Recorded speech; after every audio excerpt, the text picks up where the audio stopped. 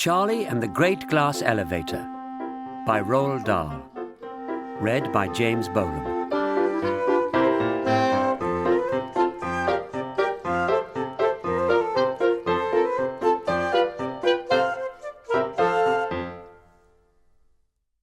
The last time we saw Charlie, he was riding high above his hometown in the great glass lift.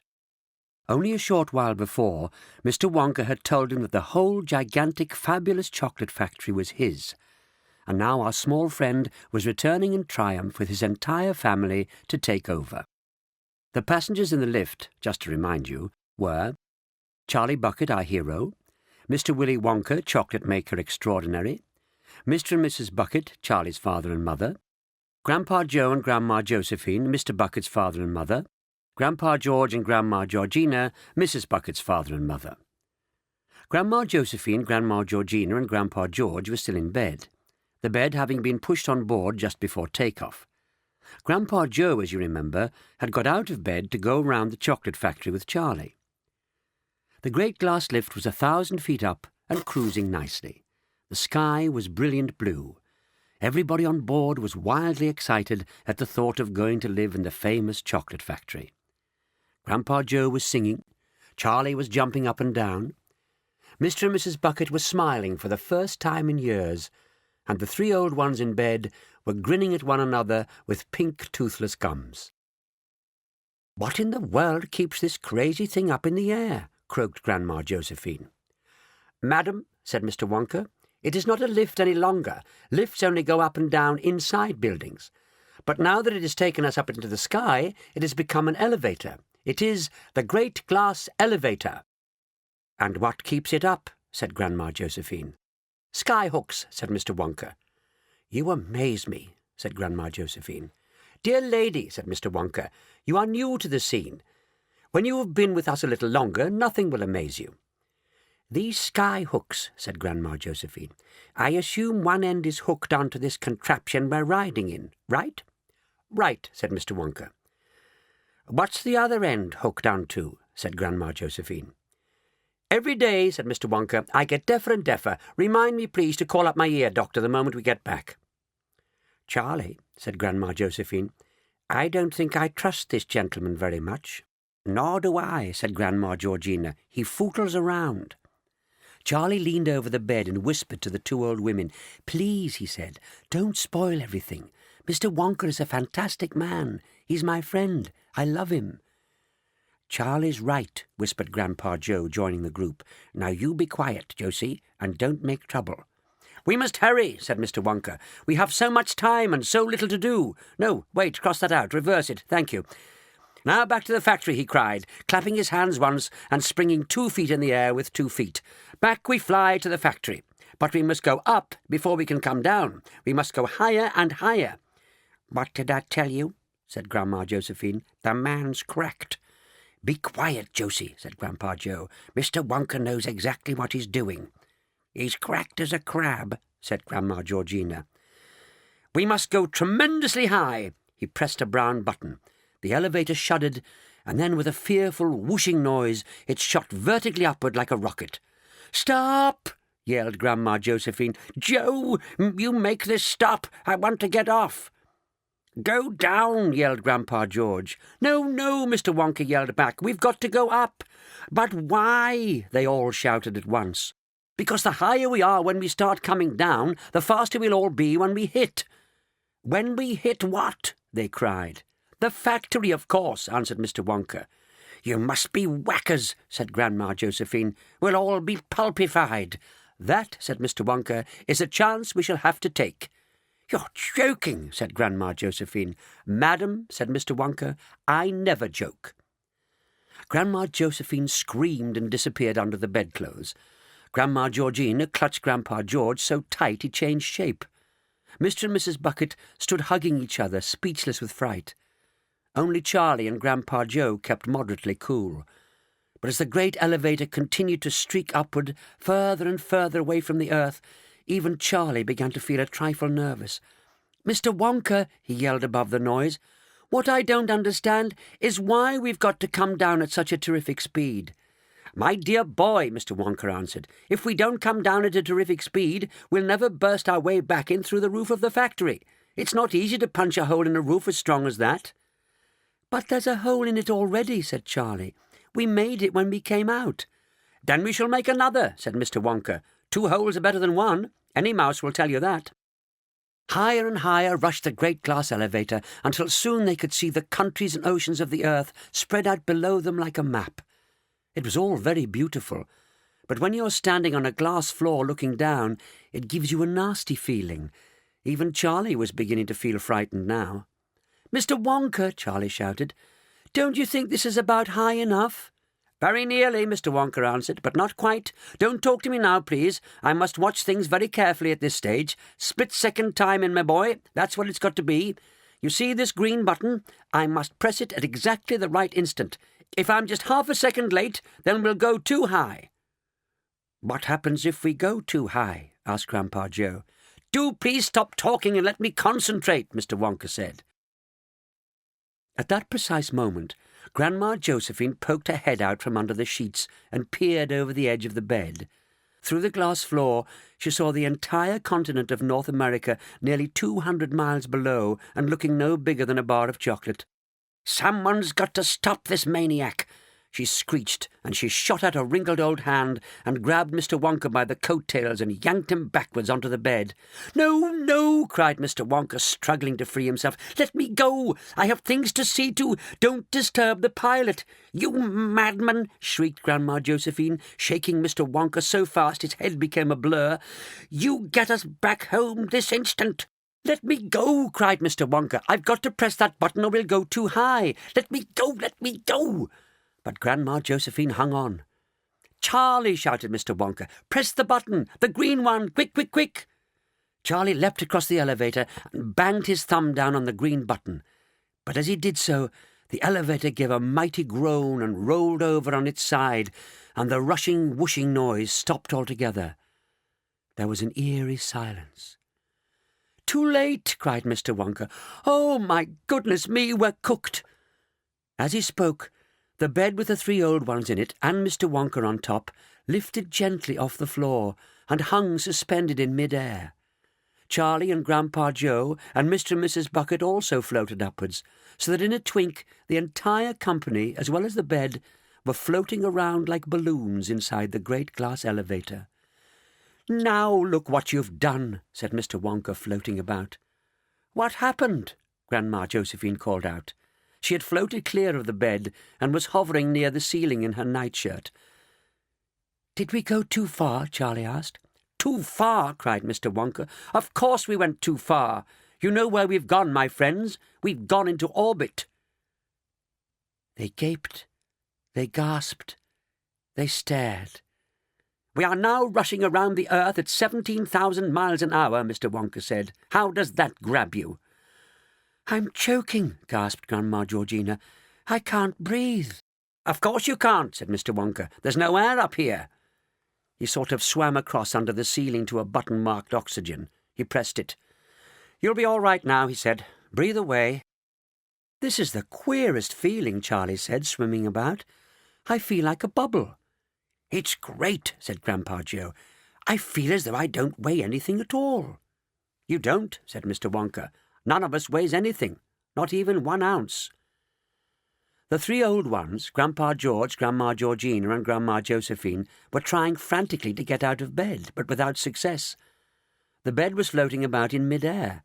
They, of course, were also floating, and every time they got above the bed and tried to lie down, they simply floated up out of it.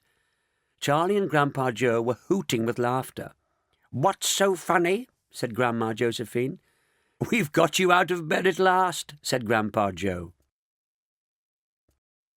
Mr. Wonka's great glass elevator was not the only thing orbiting the Earth at that particular time.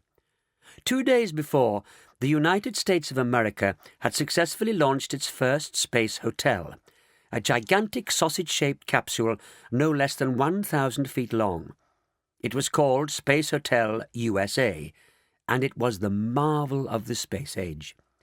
It had inside it a tennis court, a swimming pool, a gymnasium, a children's playroom, and 500 luxury bedrooms, each with a private bath. It was fully air-conditioned. It was also equipped with a gravity-making machine so that you didn't float about inside it. You walked normally. This extraordinary object was now speeding round and round the Earth at a height of 240 miles. Guests were to be taken up and down by a taxi service of small capsules blasting off from Cape Kennedy every hour on the hour, Mondays to Fridays.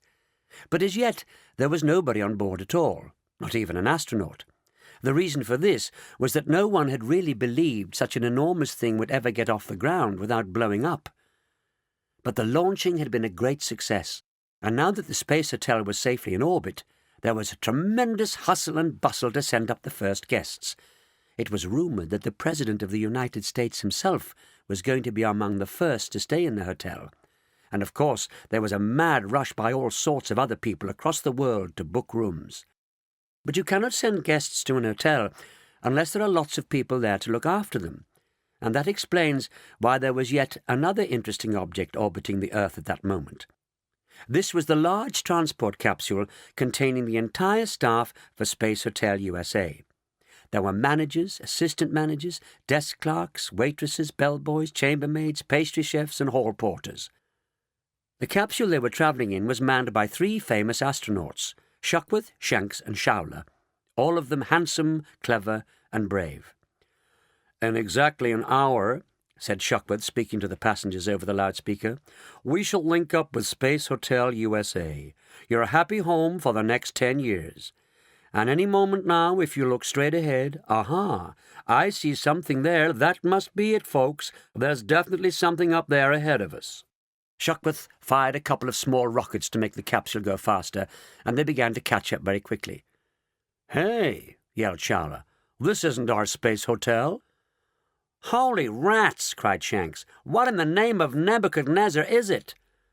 "Quick, give me the telescope," yelled Shuckworth. With one hand he focused the telescope, and with the other he flipped the switch connecting him to ground control. "Hello, Houston," he cried into the mic. "There's something crazy going on up here. There's a thing orbiting ahead of us, and it's not like any spaceship I've ever seen, that's for sure." "Describe it at once," ordered ground control in Houston. It's all made of glass, and it's kind of square, and it's got lots of people inside it. They're all floating about like fish in a tank." "How many astronauts on board?" "None," said Shuckworth. "They can't possibly be astronauts." "What makes you say that?" "Because at least 3 of them are in nightshirts." "Don't be a fool, Shuckworth," snapped ground control. "I swear it," cried poor Shuckworth. "There's 3 of them in nightshirts. 2 old women and 1 old man. They're about 90 years old." "You've gone mad, Shuckworth," shouted ground control. "You're fired. Give me Shanks." "Shanks speaking," said Shanks. "Now listen here, Houston. There's these 3 old birds in nightshirts floating around this crazy glass box, and there's a funny little guy with a pointed beard, wearing a black top hat and a plum-coloured velvet tailcoat and bottle-green trousers—" "Stop!" screamed ground control. "That's not all," said Shanks. "There's also a little boy about 10 years old." "That's no boy, you idiot," shouted ground control. "That's an astronaut in disguise. It's a midget astronaut dressed up as a little boy. Those old people are astronauts too. They're all in disguise." "But who are they?" cried Shanks. "How the heck would I know?" said ground control. "Are they heading for our Space Hotel?"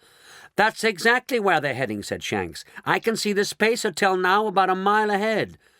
"They're going to blow it up," yelled ground control. "This is—" Suddenly his voice was cut off, and Shanks heard another quite different voice in his earphones. It was deep and rasping. "I'll take charge of this," said the deep, rasping voice. "Are you there, Shanks?" "Of course I'm here," said Shanks. "But how dare you butt in? Keep your big nose out of this. Who are you, anyway?" "This is the President of the United States," said the voice. "And this is the Wizard of Oz," said Shanks. "Who are you kidding?" "Cut the piffle, Shanks," snapped the President. "This is a national emergency." "Good grief," said Shanks, turning to Shuckworth and Showler. "It really is the President. It's President Gillygrass himself. Well, hello there, Mr. President, sir." "How many people are there in that glass capsule?" rasped the President. 8, said Shanks, "all floating." "Floating?" "We're outside the pull of gravity here, Mr. President. Everything floats. We'd be floating ourselves if we weren't strapped down. Didn't you know that?" "Of course I knew it," said the President. Whoever heard of a bed in a spacecraft? I swear it's a bed, said Shanks. You must be loopy, Shanks, declared the President. Let me talk to Showler. Showler here, Mr. President, said Showler. It's a great honor to talk to you, Mr. President, sir. Shut up, said the President. Just tell me what you see. It's a bed, all right, Mr. President. I can see it through my telescope. It's got sheets and blankets and a mattress. That's not a bed, you drivelling thickwit, yelled the President. Can't you understand it's a trick? It's a bomb. It's a bomb disguised as a bed. They're going to blow up our magnificent space hotel. Who's they, Mr. President, sir? Said Showler. Don't talk so much and let me think, said the President. There were a few moments of silence.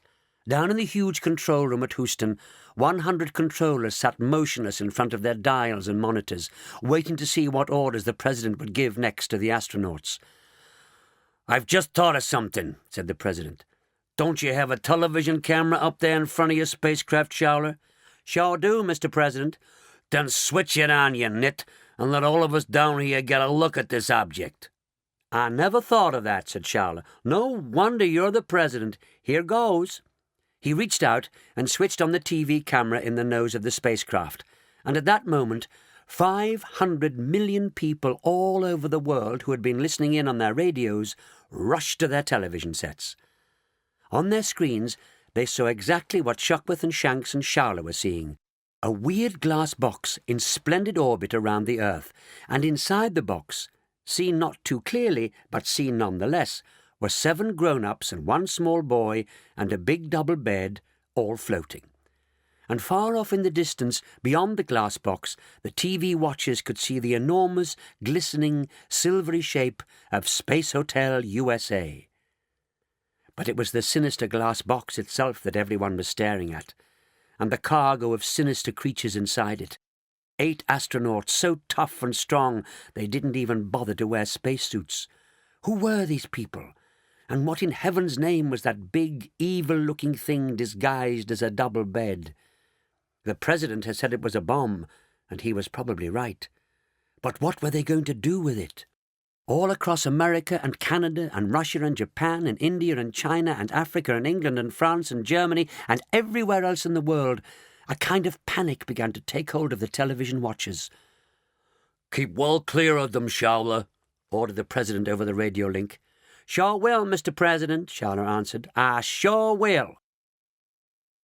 Inside the great glass elevator there was also a good deal of excitement. Charlie and Mr. Wonka and all the others could see clearly the huge silvery shape of Space Hotel USA about a mile ahead of them, and behind them was the smaller, but still pretty enormous, transport capsule. The great glass elevator, not looking at all great now beside these 2 monsters, was in the middle, and of course everybody, even Grandma Josephine, knew very well what was going on. They even knew that the 3 astronauts in charge of the transport capsule were called Shuckworth, Shanks and Showler. The whole world knew about these things. "What a load of luck!" cried Mr. Wonka. "We've landed ourselves slap in the middle of the biggest space operation of all time." "We've landed ourselves in the middle of a nasty mess," said Grandma Josephine. "Turn back at once." "No, Grandma," said Charlie. "We've got to watch it now. We must see the transport capsule linking up with the Space Hotel." Mr. Wonka floated right up close to Charlie. "Let's beat them to it, Charlie," he whispered. "Let's get there first and go aboard the Space Hotel ourselves." Charlie gulped. Then he said softly, "It's impossible. You've got to have all sorts of special gadgets to link up with another spacecraft, Mr. Wonka." "My elevator could link up with a crocodile if it had to. Just leave it to me." "Grandpa Joe," cried Charlie, "did you hear that? We're going to link up with the Space Hotel and go on board." "Yippee!" shouted Grandpa Joe. "But what if they come after us?" said Mr. Bucket, speaking for the first time. "What if they capture us?" said Mrs. Bucket. "What if my beard were made of green spinach?" cried Mr. Wonka. "Bunkum and Tommy Rot. You'll never get anywhere if you go about what-ifing like that. Would Columbus have discovered America if he said, 'What if I sink on the way over? What if I meet pirates? What if I never come back?' He wouldn't even have started. We want no what-ifers around here, right, Charlie? Off we go then, but wait. This is a very tricky manoeuvre and I'm going to need help. There are 3 lots of buttons we have to press, all in different parts of the elevator. I shall take those 2 over there, the white and the black. Mr. Wonka made a funny blowing noise with his mouth and glided like a huge bird across the elevator to the white and black buttons, and there he hovered. "Grandpa Joe, sir, kindly station yourself beside that silver button there. Yes, that's the one. And you, Charlie, go up and stay floating beside that little golden button near the ceiling. I must tell you that each of these buttons fires booster rockets from different places outside the elevator. That's how we change direction. Grandpa Joe's rockets turn us to starboard, to the right. Charlie's turn us to port, to the left. Mine make us go higher or lower or faster or slower. All ready?" "No, wait," cried Charlie, who was floating exactly midway between the floor and the ceiling. "How do I get up to the ceiling?" He was thrashing his arms and legs violently, but getting nowhere. "My dear boy," said Mr. Wonka, "you can't swim in this stuff. It isn't water, you know. It's air, and very thin air at that. There's nothing to push against, so you have to use jet propulsion. Watch me. First, you take a deep breath, then you make a small round hole with your mouth, and you blow as hard as you can. If you blow downward, you jet propel yourself up. If you blow to the left, you shoot off to the right, and so on. You maneuver yourself like a spacecraft by using your mouth as a booster rocket." Suddenly everyone began practicing this business of flying about, and the whole elevator was filled with the blowings and snortings of the passengers. "What in the world are they doing?" shouted the President of the United States, staring at the screen. "Looks like some kind of war dance, Mr. President," answered Astronaut Showler over the radio. "You mean the Red Indians?" "I didn't say that, sir." "Silence," said the President. Back in the elevator, Mr. Wonka was saying, "Please, please, do stop flying about. Keep still, everybody, so we can get on with the docking." "You miserable old mackerel," said Grandma Georgina, sailing past him. "Just when we started having a bit of fun, you want to stop it." In the end, the old people grew tired and out of breath, and everyone settled quietly into a floating position. "All set, Charlie and Grandpa Joe, sir?" said Mr. Wonka. "All set, Mr. Wonka," Charlie answered. "I'll give the order," said Mr. Wonka. "I'm the pilot. Don't fire your rockets until I tell you. And don't forget who is who. Charlie, your port. Grandpa Joe, your starboard." Mr. Wonka pressed one of his own 2 buttons, and immediately booster rockets began firing underneath the great glass elevator. The elevator leapt forward, but swerved violently to the right. "Hard a port!" yelled Mr. Wonka. Charlie pressed his button. His rockets fired. The elevator swung back into line. "Steady as you go!" cried Mr. Wonka. "Starboard 10 degrees! Steady! Steady! Keep her there!" Soon they were hovering directly underneath the tail of the enormous silvery space hotel. "You see that little square door with the bolts on it?" said Mr. Wonka. "That's the docking entrance. Port a fraction. Steady! Starboard a bit. Good. Easy does it. We're nearly there." To Charlie, it felt as though he were in a tiny rowing boat underneath the stern of the biggest ship in the world. The space hotel towered over them. Half a mile back, Shuckworth, Shanks and Showler were keeping the television camera aimed all the time at the glass elevator. Across the world, millions and millions of people were clustered around their TV screens, watching tensely the drama being acted out 240 miles above the earth. In his study in the White House sat Lancelot R. Gilligrass, President of the United States of America, the most powerful man on earth.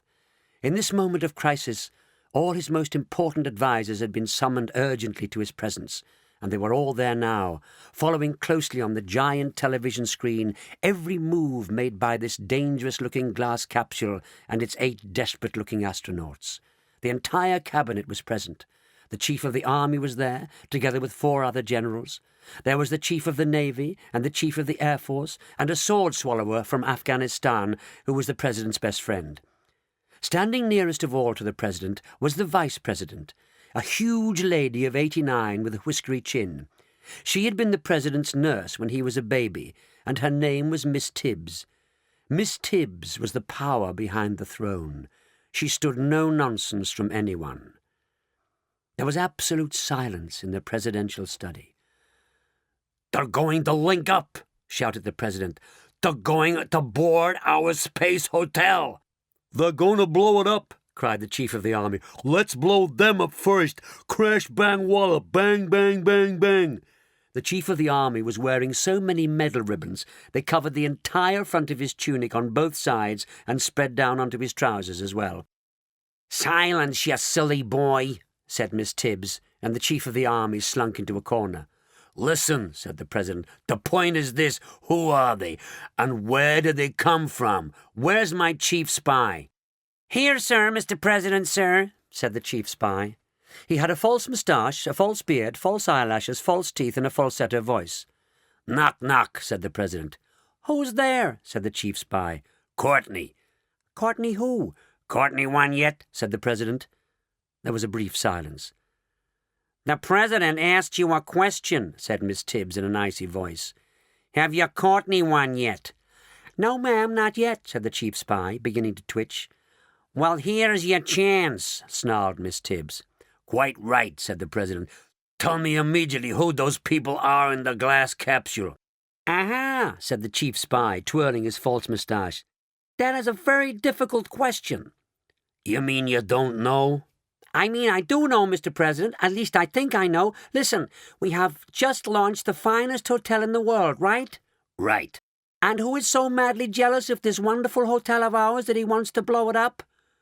Miss Tibbs, said the President. Wrong, said the chief spy. Try again.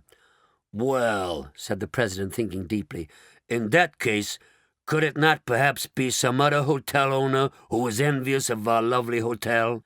Brilliant, cried the chief spy. Go on, sir. You're getting warm. It's Mr. Savoy, said the President. Warmer and warmer, Mr. President.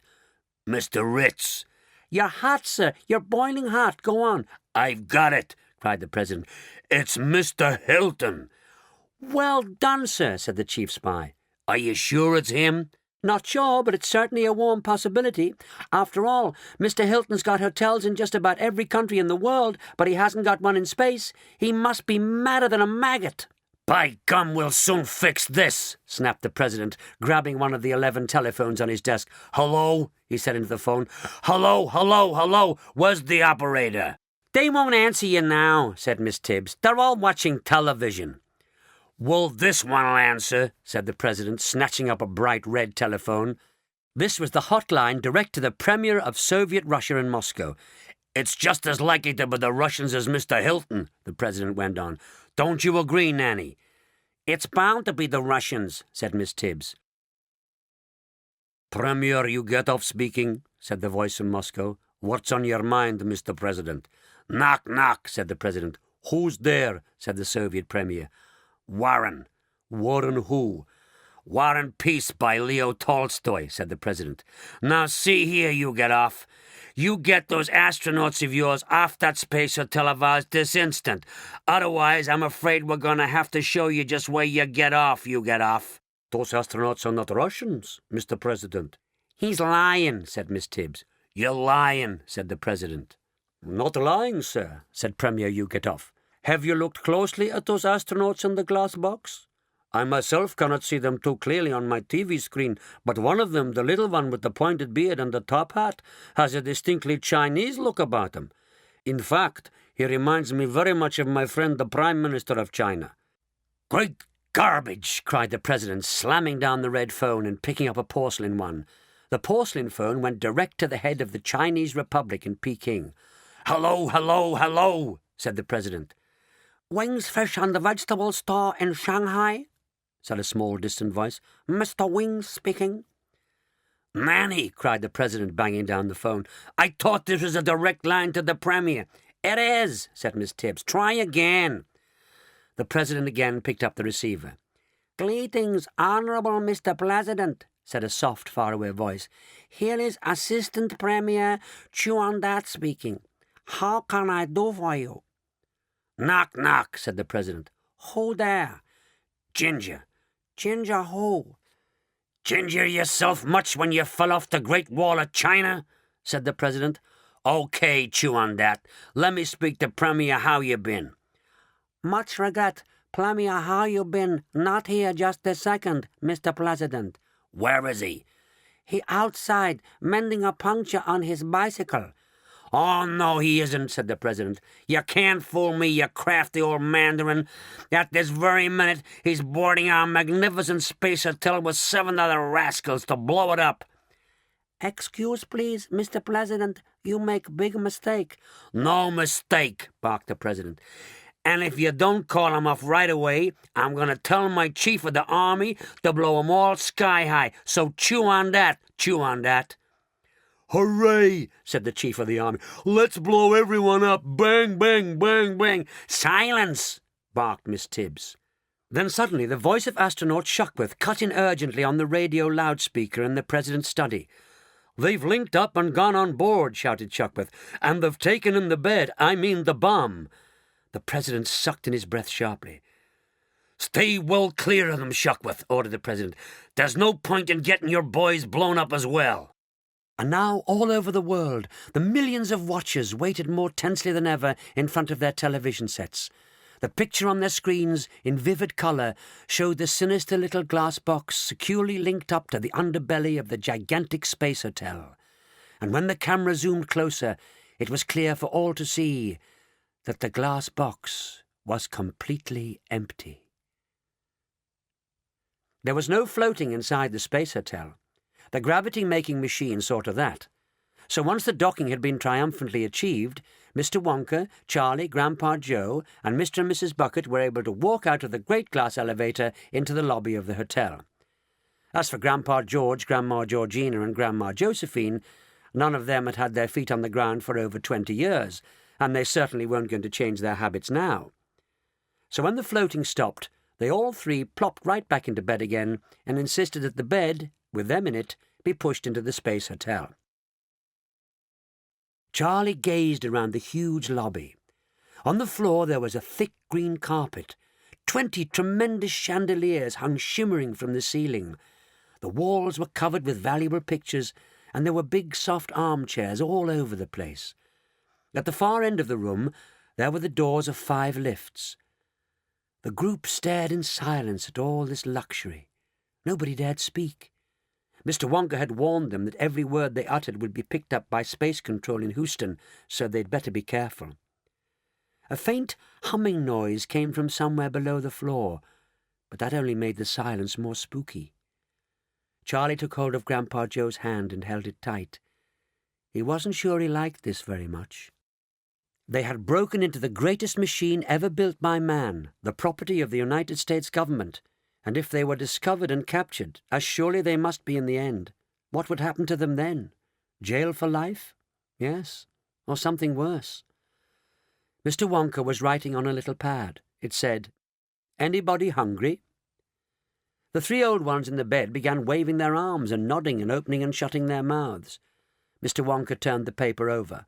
On the other side it said, "The kitchens of this hotel are loaded with luscious food. Lobsters, steaks, ice cream. We shall have a feast to end all feasts." Suddenly, a tremendous booming voice came out of a loudspeaker hidden somewhere in the room. "Attention!" boomed the voice, and Charlie jumped. Everybody jumped, even Mr. Wonka. "Attention, the 8 foreign astronauts. This is Space Control in Houston, Texas, USA. You are trespassing on American property. You are ordered to identify yourselves immediately. Speak now." "Shh," whispered Mr. Wonka. There followed a few seconds of awful silence. "Who are you?" boomed the voice from Houston. "I repeat, who are you?" shouted the urgent, angry voice, and 500 million people crouched in front of their television sets, waiting for an answer. The television was not able to show a picture of these mysterious strangers. There was no camera in there to record the scene. Only the words came through. The TV watchers saw nothing but the outside of the giant hotel in orbit, photographed, of course, by Shuckworth, Shanks and Showler, who were following behind. For half a minute the world waited for a reply, but no reply came. "Speak," boomed the voice, getting louder and louder. "Speak! Speak! Speak!" Grandma Georgina shot under the sheet. Grandma Josephine stuck her fingers in her ears. Charlie was clutching Grandpa Joe's hand, and the 2 of them were staring at Mr. Wonka and begging him with their eyes to do something. Mr. Wonka stood very still. "This is your last chance," boomed the voice. "We are asking you once more. Who are you? Reply immediately. If you do not reply, we shall be forced to regard you as dangerous enemies. We shall then press the emergency freezer switch, and the temperature in the space hotel will drop to minus 100 degrees centigrade. All of you will be instantly deep frozen. You have 15 seconds to speak. 1, 2, 3. Grandpa, whispered Charlie as the counting continued, we must do something. 6, 7, 8, 9. Mr. Wonka had not moved. Charlie and Grandpa Joe were staring at him in horror. Then all at once they saw the tiny twinkling wrinkles of a smile appear round the corners of his eyes. He sprang to life. He spun round on his toes, skipped a few paces across the floor, and then, in a frenzied, unearthly sort of scream, he cried, "Fimbo Fees!" The loudspeaker stopped counting. There was silence. All over the world there was silence. Charlie's eyes were riveted on Mr. Wonka. He was going to speak again. He was taking a deep breath. "Bungo Booney!" he screamed. He put so much force into his voice that the effort lifted him right onto the tips of his toes. "Bungo Booney! Daffo Dooney! You be loony!" Again the silence. The next time Mr. Wonka spoke, the words came out so fast and sharp and loud they were like bullets from a machine gun. "Zong, zong, zong, zong, zong, zong!" he barked. Mr. Wonka now turned and faced the far end of the lobby where the loudspeaker voice had come from. He walked a few paces forward, as a man would, perhaps, who wanted a more intimate conversation with his audience. And this time the tone was much quieter. The words came more slowly, but there was a touch of steel in every syllable. "Kirasuku Malebuku. We be wise and you be cuckoo. Alipenda Kakamenda, pants fall done if no suspender. Fui kika kandarika, we be stronger, you be weaker. Popokota boromoka, very risky, you provoker. Catty carty moons and stars, Fanfanisha Venus Mars." Mr. Wonka paused dramatically for a few seconds. Then he took an enormous deep breath, and in a wild and fearsome voice he yelled out, "Kitimbibi Zunk! Fumbolizi Zunk! Gugu Miza Zunk! Fumikaka Zunk! Anapolala Zunk Zunk Zunk!" The effect of all this on the world below was electric. In the control room in Houston, in the White House in Washington, in palaces and city buildings and mountain shacks from America to China to Peru, the 500 million people who heard that wild and fearsome voice yelling out these strange and mystic words all shivered with fear before their television sets. Everyone began turning to everybody else and saying, "Who are they? What language was that? Where do they come from?" In the President's study in the White House, Vice President Tibbs, the members of the Cabinet, the chiefs of the Army and the Navy and the Air Force, the sword swallower from Afghanistan, the chief financial adviser, and Mrs. Towsy-Puss the cat, all stood tense and rigid. They were very much afraid. But the President himself kept a cool head and a clear brain. "Nanny," he cried. "Oh, Nanny, what on earth do we do now?" "I'll get you a nice warm glass of milk," said Miss Tibbs. "I hate this stuff. Please don't make me drink it." "Summon the chief interpreter," said Miss Tibbs. "Summon the chief interpreter," said the President. "Where is he?" "Right here, Mr. President," said the chief interpreter. "What language was that creature spouting up there in the Space Hotel? Be quick. Was it Eskimo?" "Not Eskimo, Mr. President." "Was it Tulu, then? Or Tungus? Or Tupi?" "Definitely not Tulu, Mr. President, and I'm quite sure it wasn't Tungus or Tupi." "Well, don't stand there telling them what it wasn't, you idiot," said Miss Tibbs. "Tell them what it was." "Yes, Mom, Miss Vice President, Mom," said the chief interpreter, beginning to shake. "Believe me, Mr. President, it was not a language I've ever heard before." But I thought you knew every language in the world. I do, Mr. President. Don't lie to me, Chief Interpreter. How can you possibly know every language in the world when you don't know this one? It's not a language of this world, Mr. President. Those people have obviously tried to learn just a few of our easier words, but the rest of it is a language that has never been heard before on this earth. Screaming scorpions, cried the President. You mean to tell me they could be coming from somewhere else? Precisely, Mr. President. Like where? Said the President. Who knows, said the Chief Interpreter. But did you notice, Mr. President, how they used the words Venus and Mars? Of course I noticed it, said the President. But what's that got to do with it? Aha! I see what you're driving at. Good gracious me, men from Mars. And Venus, said the Chief Interpreter. That, said the President, could make for trouble. What do we do now, General? Blow 'em up. You're always wanting to blow things up. Can't you think of something else? I like blowing things up, said the General. It makes such a lovely noise. Woomph, woomph. Don't be a fool, said Miss Tibbs. If you blow these people up, Mars will declare war on us. So will Venus. Quite right, Nanny, said the President. I'll take 'em on, shouted the Chief of the Army. Shut up, snapped Miss Tibbs. You're fired. Hooray, said all the other generals. Well done, Miss Vice President, ma'am. Miss Tibbs said, We to treat these fellas gently. The one who spoke just now sounded extremely cross. You gotta talk to them, Mr. President.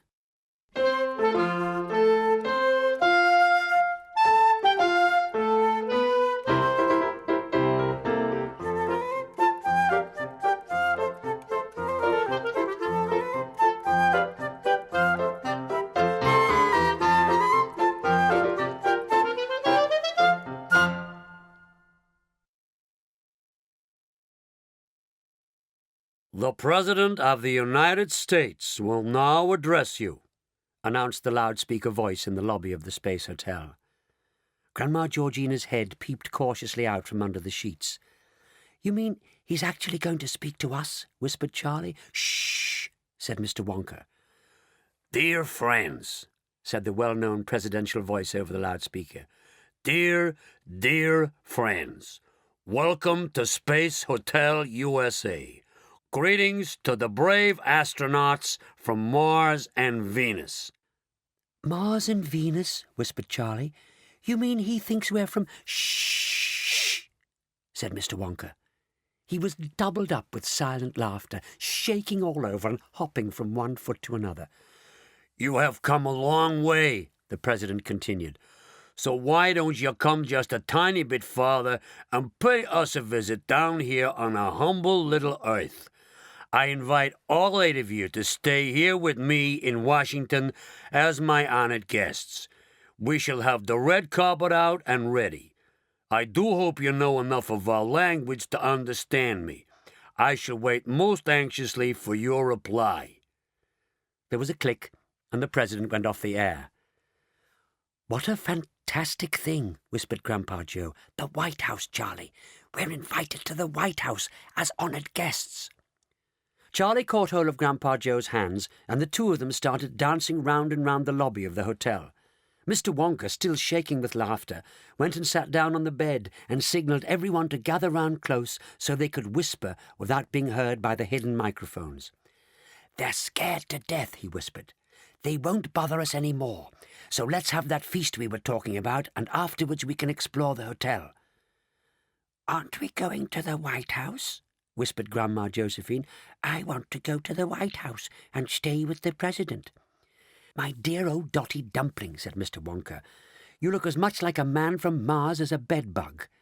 They'd know at once they'd been fooled. We'd be arrested before we could say how do you do. Mr. Wonka was right. There could be no question of accepting the President's invitation, and they all knew it. But we've got to say something to him, Charlie whispered. He must be sitting down there in the White House this very minute, waiting for an answer. You're right, whispered Mr. Wonka. It is rude to ignore an invitation. He stood up and walked a few paces from the group. For a moment or two he remained quite still, gathering his thoughts.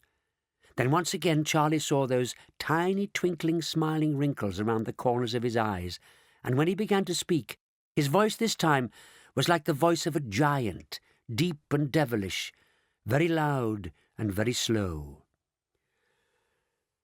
In the Quelshi Quaggy Sogmire, in the mashy Midius harshland, at the witchy hour of gloomness, all the groves come oozing home. You can hear them softly sliming, glissing, hissing o'er the slubber, all those oily, boily bodies oozing onward in the gloam. So start to run, O skid and daddle, through the slubber, slush and sossle. Skip, jump, hop, and try to scaddle, all the groves are on the roam. In his study 240,000 miles below, the President turned white as the White House. "Jumpin' jackrabbits," he cried. "I think they're after us."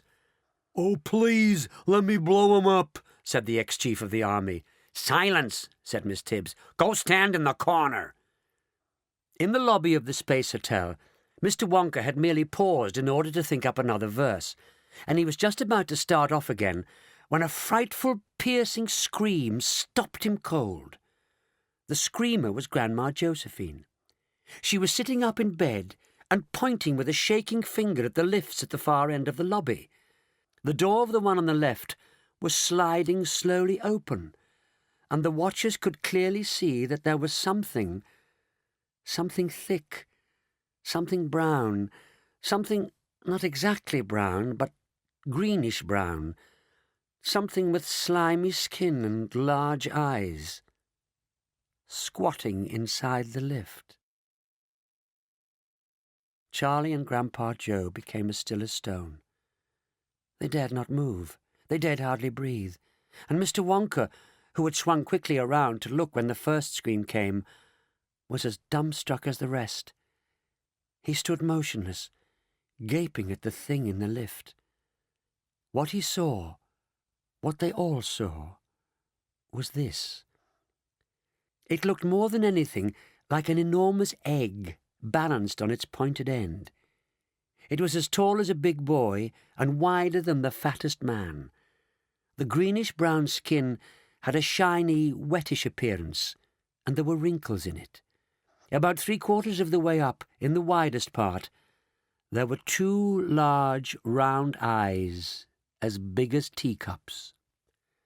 The eyes were white, but each had a brilliant red pupil in the centre. The red pupils were resting on Mr. Wonka. But now they began travelling slowly across to Charlie and Grandpa Joe and the others by the bed, settling upon them and gazing at them with a cold, malevolent stare. The eyes were everything. There were no other features, no nose or mouth or ears, but the entire egg-shaped body was itself moving very, very slightly, pulsing and bulging gently here and there, as though the skin were filled with some thick fluid.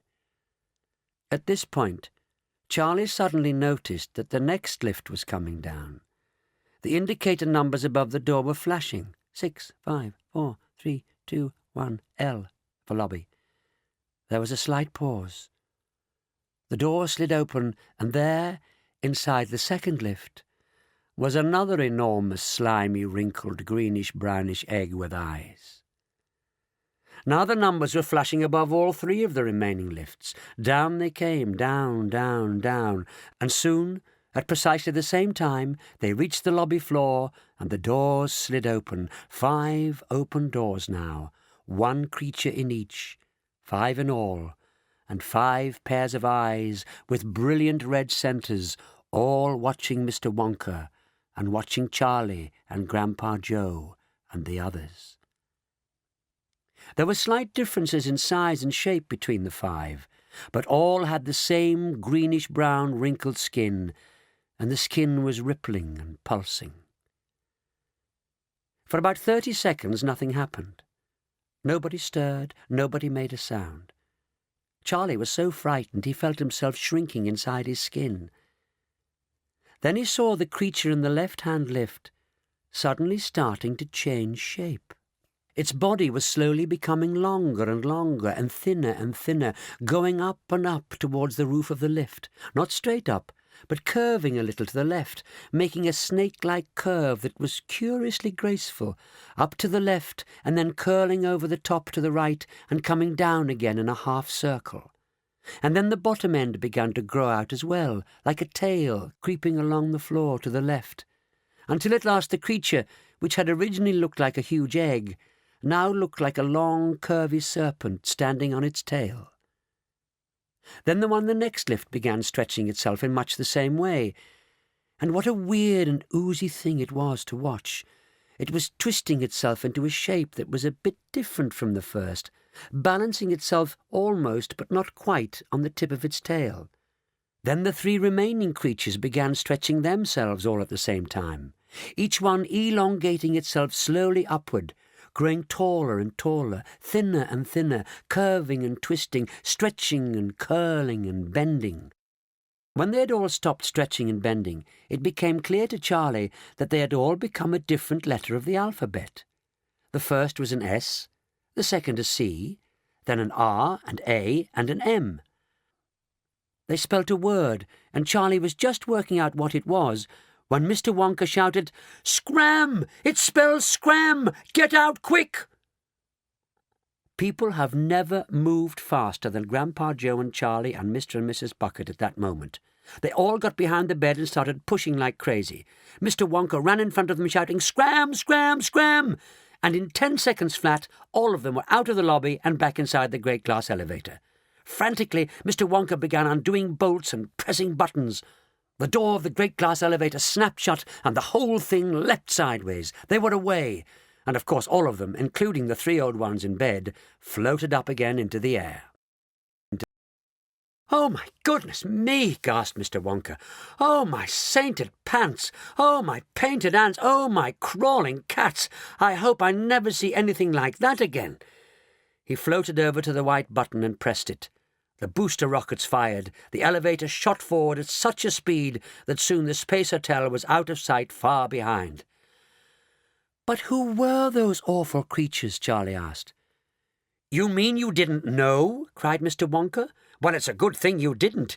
If you'd had even the faintest idea of what horrors you were up against, the marrow would have run out of your bones. You would have been fossilized with fear and glued to the ground. Then they'd have got you. You'd have been a cooked cucumber. You'd have been rasped into 1,000 tiny bits, grated like cheese and flocculated alive, because those creatures, my dear ignorant boy, are the most brutal, vindictive, venomous, murderous beasts in the entire universe." Here Mr. Wonka paused and ran the tip of a pink tongue all the way round his lips. "Vermicious canids," he cried. "That's what they were." "I thought they were grobes," Charlie said. "Those oozy-woozy grobes you were telling the President about." "Oh, no, I just made those up to scare the White House," Mr. Wonka answered. "But there is nothing made up about vermicious canids, believe you me.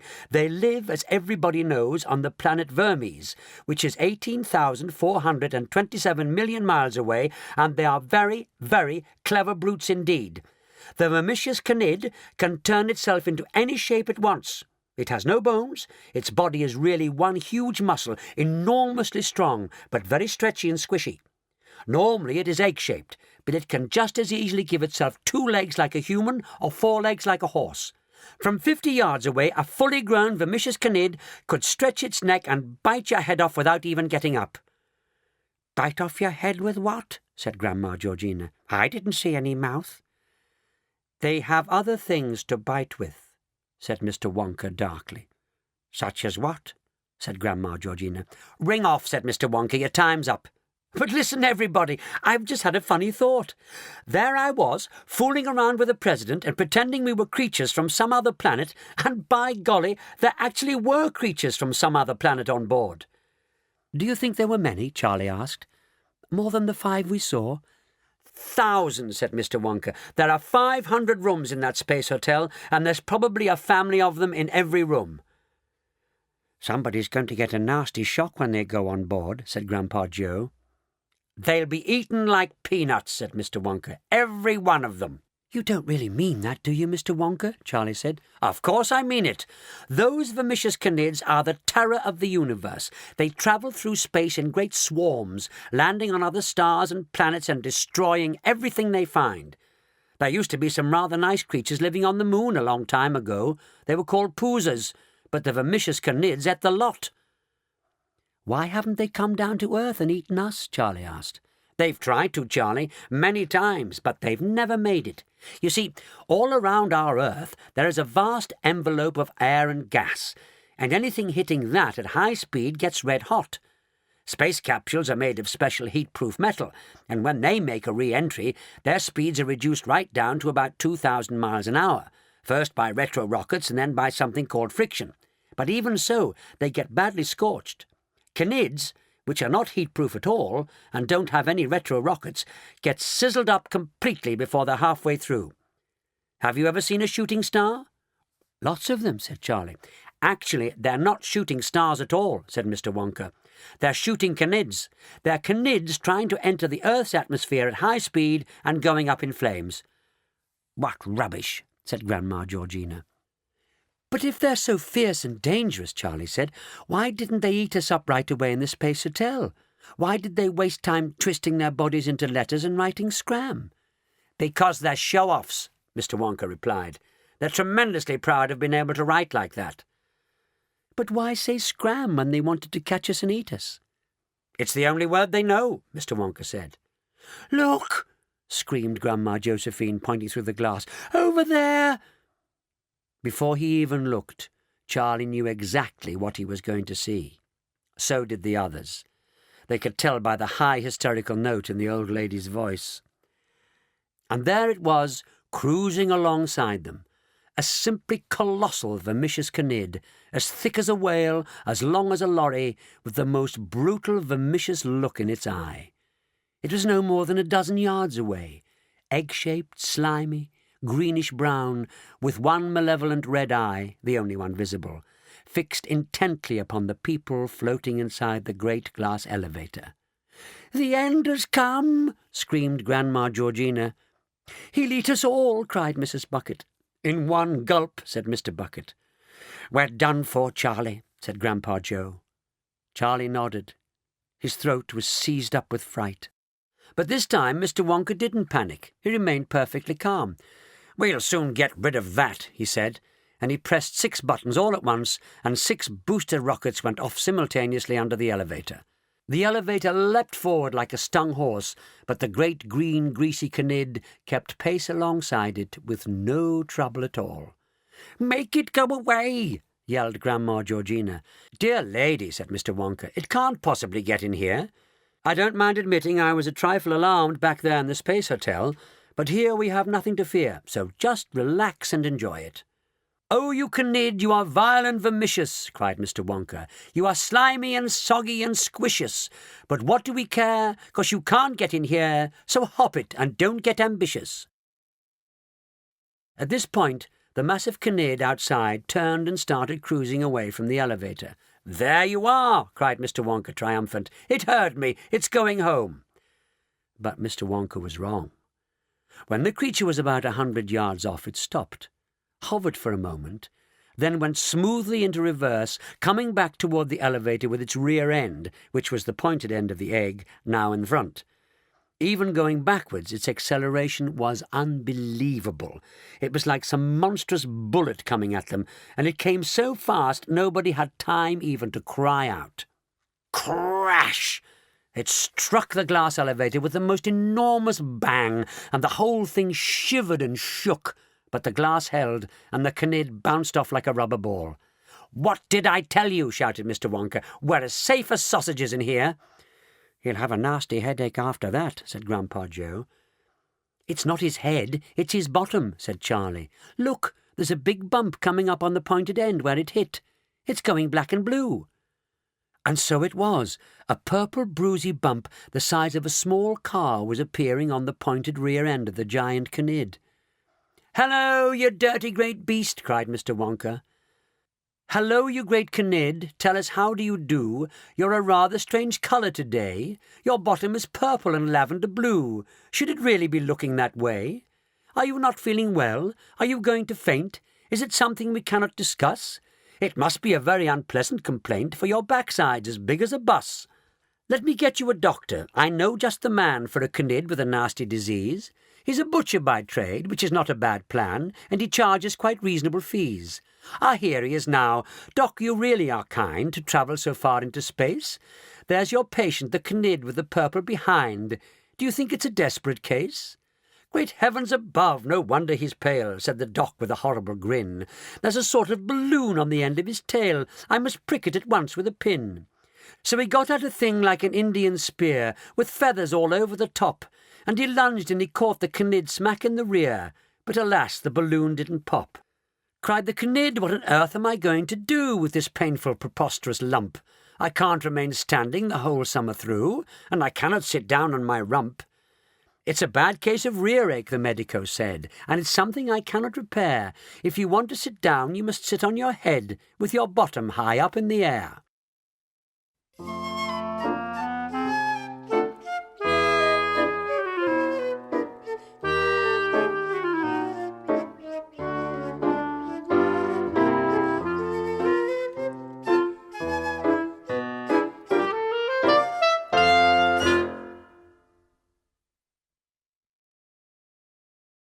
Side 2.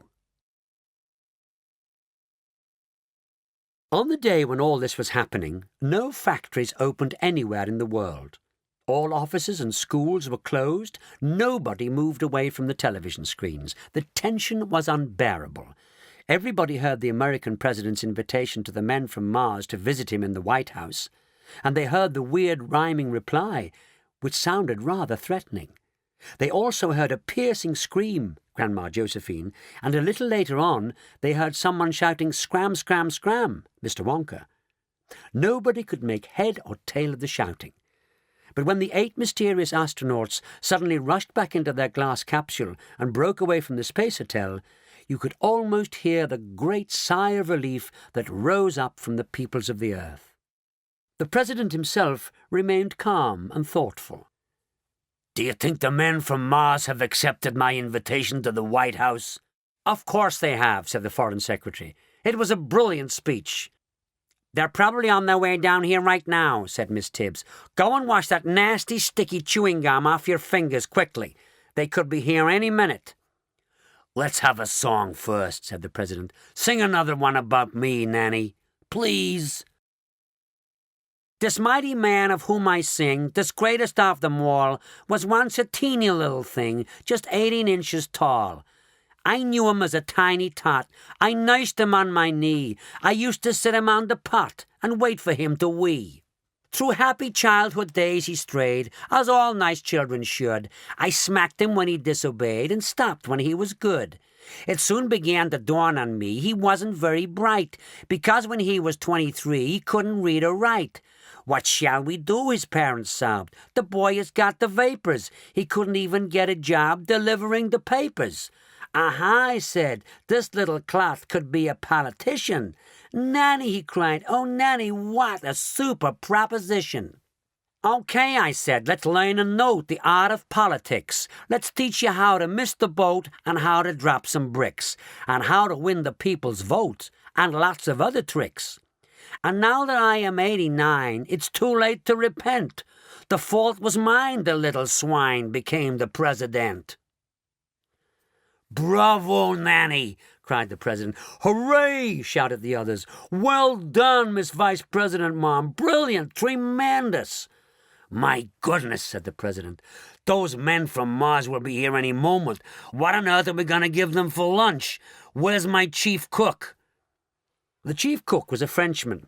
He was also a French spy, and at this moment he was listening at the keyhole. Ici, Monsieur le Président, he said, bursting in. Chief cook, said the President, what do men from Mars eat for lunch? Mars bars, said the chief cook. Baked or boiled? Asked the President. Oh, baked, of course, Monsieur le Président.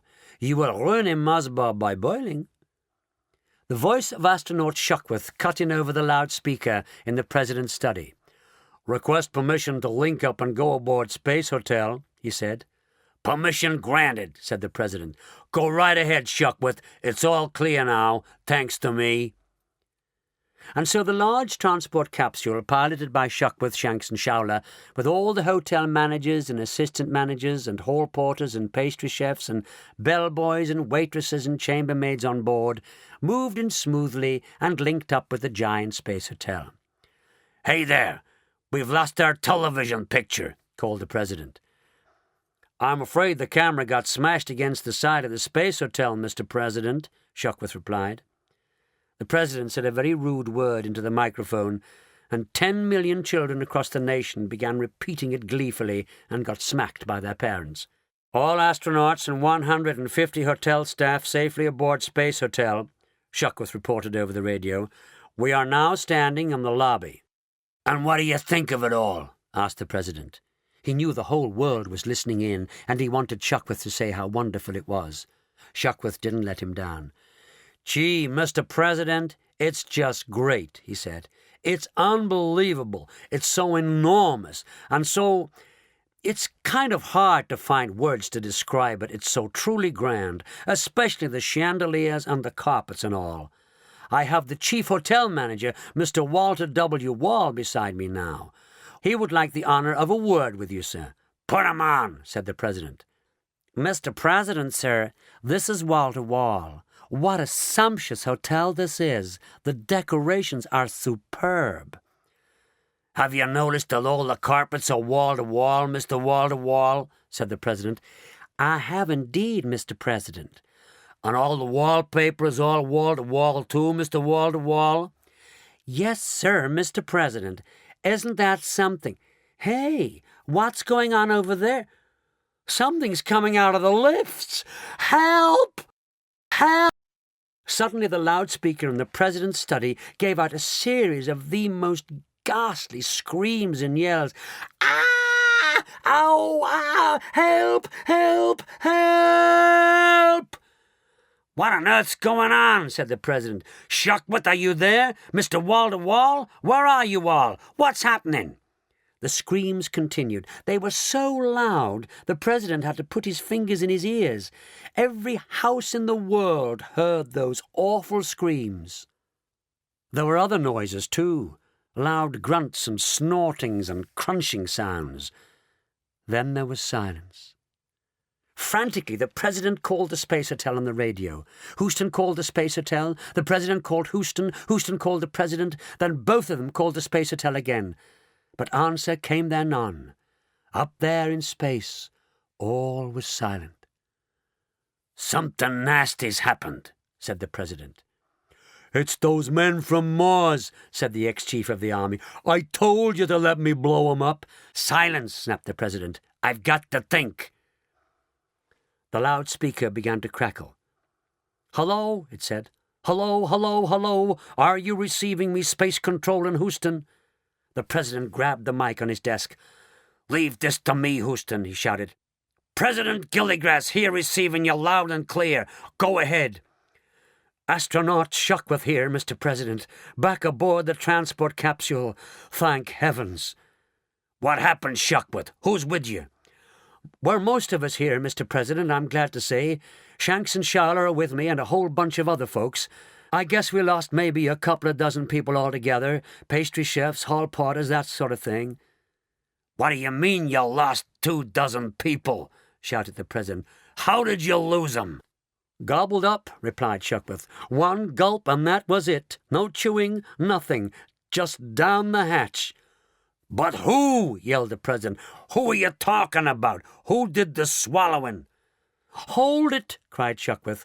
"Oh, my Lord, here they all come now. They're coming after us. They're swarming out of the Space Hotel. They're coming out in swarms. You'll have to excuse me a moment, Mr. President. No time to talk right now." While Shuckworth, Shanks and Showler were being chased out of the Space Hotel by the Canids, Mr. Wonka's great glass elevator was orbiting the Earth at tremendous speed. Mr. Wonka had all his booster rockets firing, and the elevator was reaching speeds of 34,000 miles an hour instead of the normal 17,000.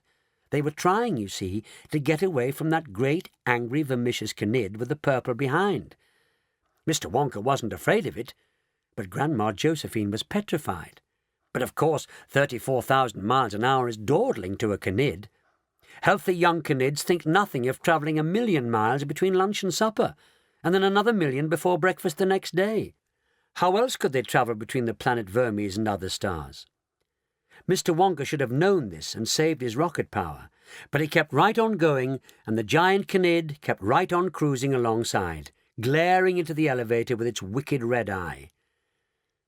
"You people have bruised my backside," the Canid seemed to be saying, "and in the end I'm going to get you for that." They'd been streaking around the earth like this for about 45 minutes when Charlie, who was floating comfortably beside Grandpa Joe near the ceiling, said suddenly, "There's something ahead. Can you see it, Grandpa, straight in front of us?" "I can, Charlie." "Good heavens, it's the Space Hotel." "It can't be, Grandpa. We left it miles behind long ago." "Aha," said Mr. Wonka. "We've been going so fast we've gone all the way around the earth and caught up with it again." "And there's the transport capsule. Can you see it, Grandpa? It's just behind the Space Hotel." "There's something else there too, Charlie, if I'm not mistaken." "I know what those are," screamed Grandma Josephine. "They're Vermicious Canids." "Reverse," yelled Grandma Georgina. "Go the other way." "Dear lady," said Mr. Wonka, "this isn't a car on the motorway. When you're in orbit you cannot stop and you cannot go backwards." "I don't care about that," shouted Grandma Josephine. "Put on the brakes. The Canids'll get us."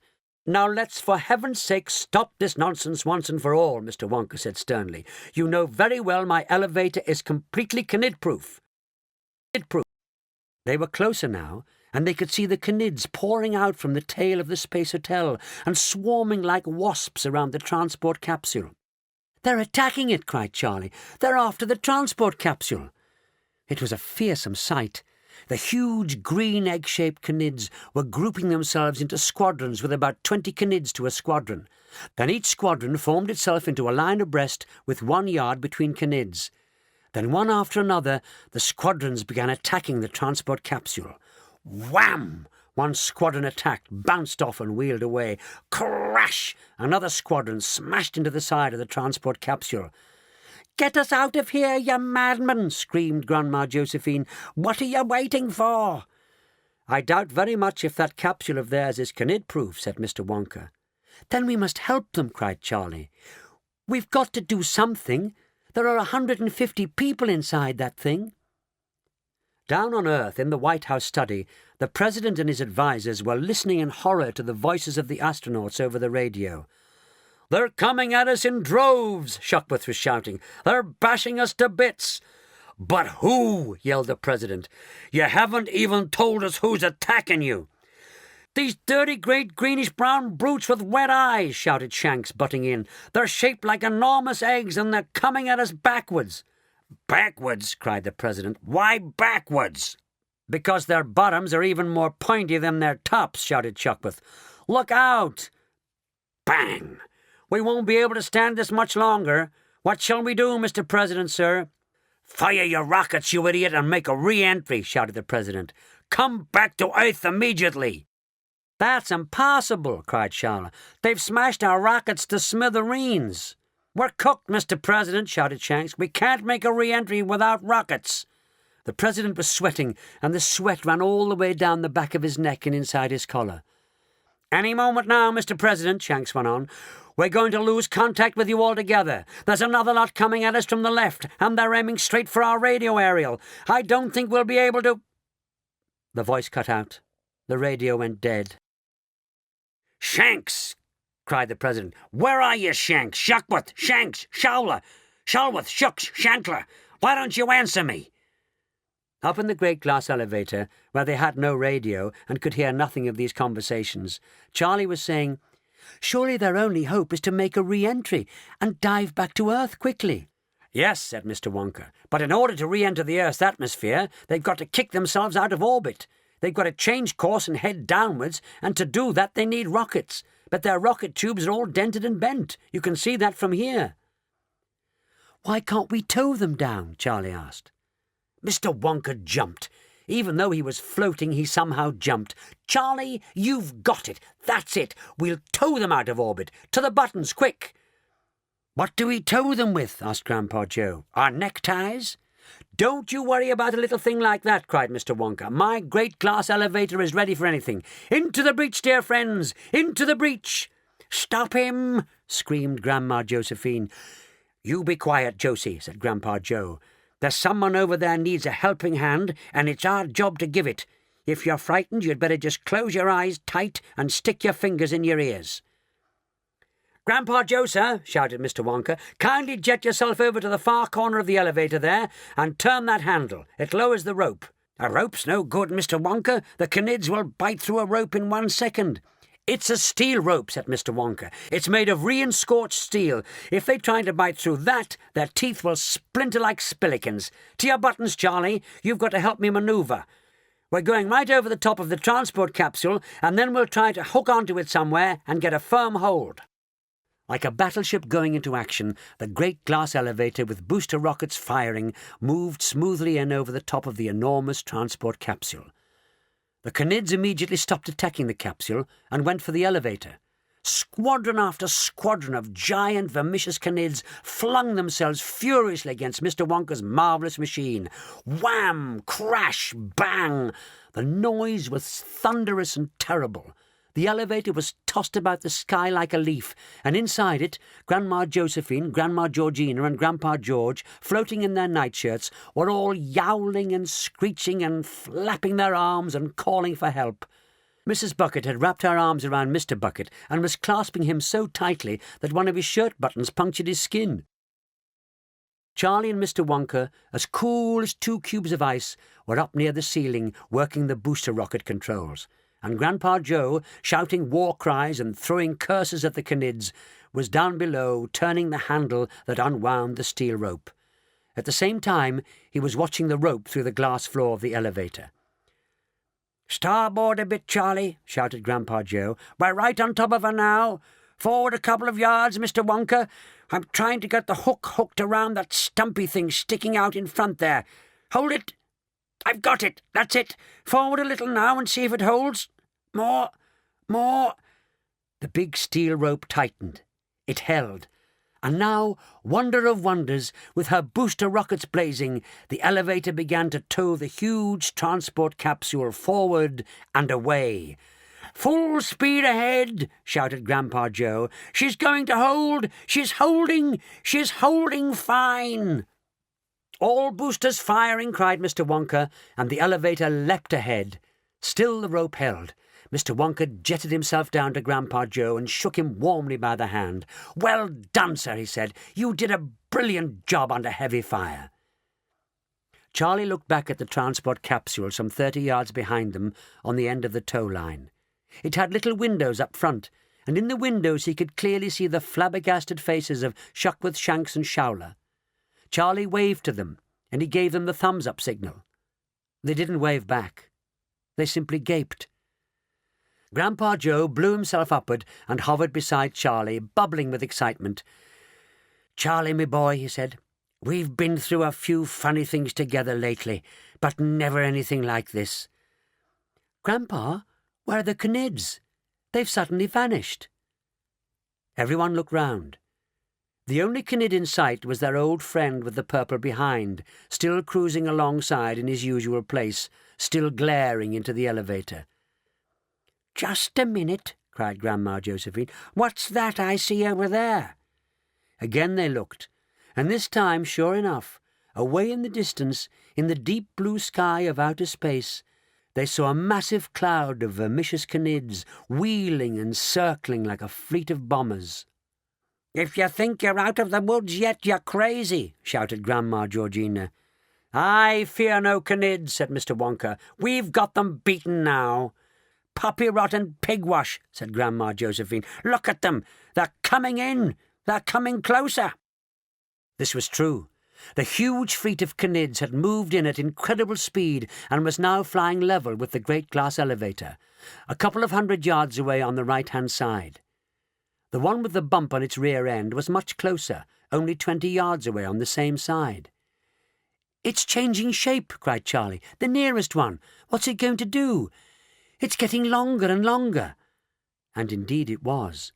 The mammoth egg-shaped body was slowly stretching itself out like chewing gum, becoming longer and longer and thinner, until in the end it looked exactly like a long, slimy green serpent, as thick as a thick tree and as long as a football pitch. At the front end were the eyes, big and white with red centres. At the back, a kind of tapering tail, and at the very end of the tail was the enormous round swollen bump it had got when it crashed against the glass. The people floating inside the elevator watched and waited. Then they saw the long rope-like Cnid turning and coming straight but quite slowly towards the great glass elevator. Now it began actually wrapping its ropey body around the elevator itself. Once around it went, then twice around, and very horrifying it was to be inside and to see the soft green body squishing against the outside of the glass no more than a few inches away. "It's going to crush us in its coils," wailed Grandma Georgina. "Never," said Mr. Wonka. Charlie glanced quickly back at the transport capsule. The sheet-white faces of Shuckworth, Shanks and Showler were pressed against the glass of the little windows, terror-struck. The Cnid now proceeded to tie a knot with its two ends, a strong knot, left over right, then right over left. When it had pulled the knot tight, there remained about 5 yards of one end hanging loose. This was the end with the eyes on it. But it didn't hang loose for long. It quickly turned itself into the shape of a huge hook, and the hook stuck straight out sideways from the elevator, as though waiting for something else to hook itself onto it. While all this was going on, nobody had noticed what the other Cnids were up to. "Mr. Wonka," Charlie cried, "look at the others. What are they doing?" What indeed? These too had all changed shape and had become longer, but not nearly so long or so thin as the first one. Each of them had turned itself into a kind of thick rod, and the rod was curled around at both ends, at the tail end and at the head end, so that it made a double-ended hook. And now all the hooks were linking up into one long chain. 1,000 Cnids, all joining together and curving around in the sky to make a chain of Cnids 1/2 a mile long or more. And the Cnid at the very front of the chain, whose front hook was not, of course, hooked up to anything, was leading them in a wide circle and sweeping in toward the great glass elevator. "Hey!" shouted Grandpa Joe. "They're going to hook up with this brute who's tied himself around us." "And tow us away," cried Charlie. "To the planet Vermes," gasped Grandma Josephine. 18,427 million miles from here." "They can't do that," cried Mr. Wonka. "We're doing the towing round here." "They're going to link up, Mr. Wonka," Charlie said. "They really are. Can't we stop them? They're going to tow us away, and they're going to tow the people we're towing away as well." "Do something, you old fool!" shrieked Grandma Georgina. "Don't just float about looking at them." "I must admit," said Mr. Wonka, "that for the first time in my life I find myself at a bit of a loss." They all stared in horror through the glass at the long chain of vermicious Cnids. The leader of the chain was coming closer and closer.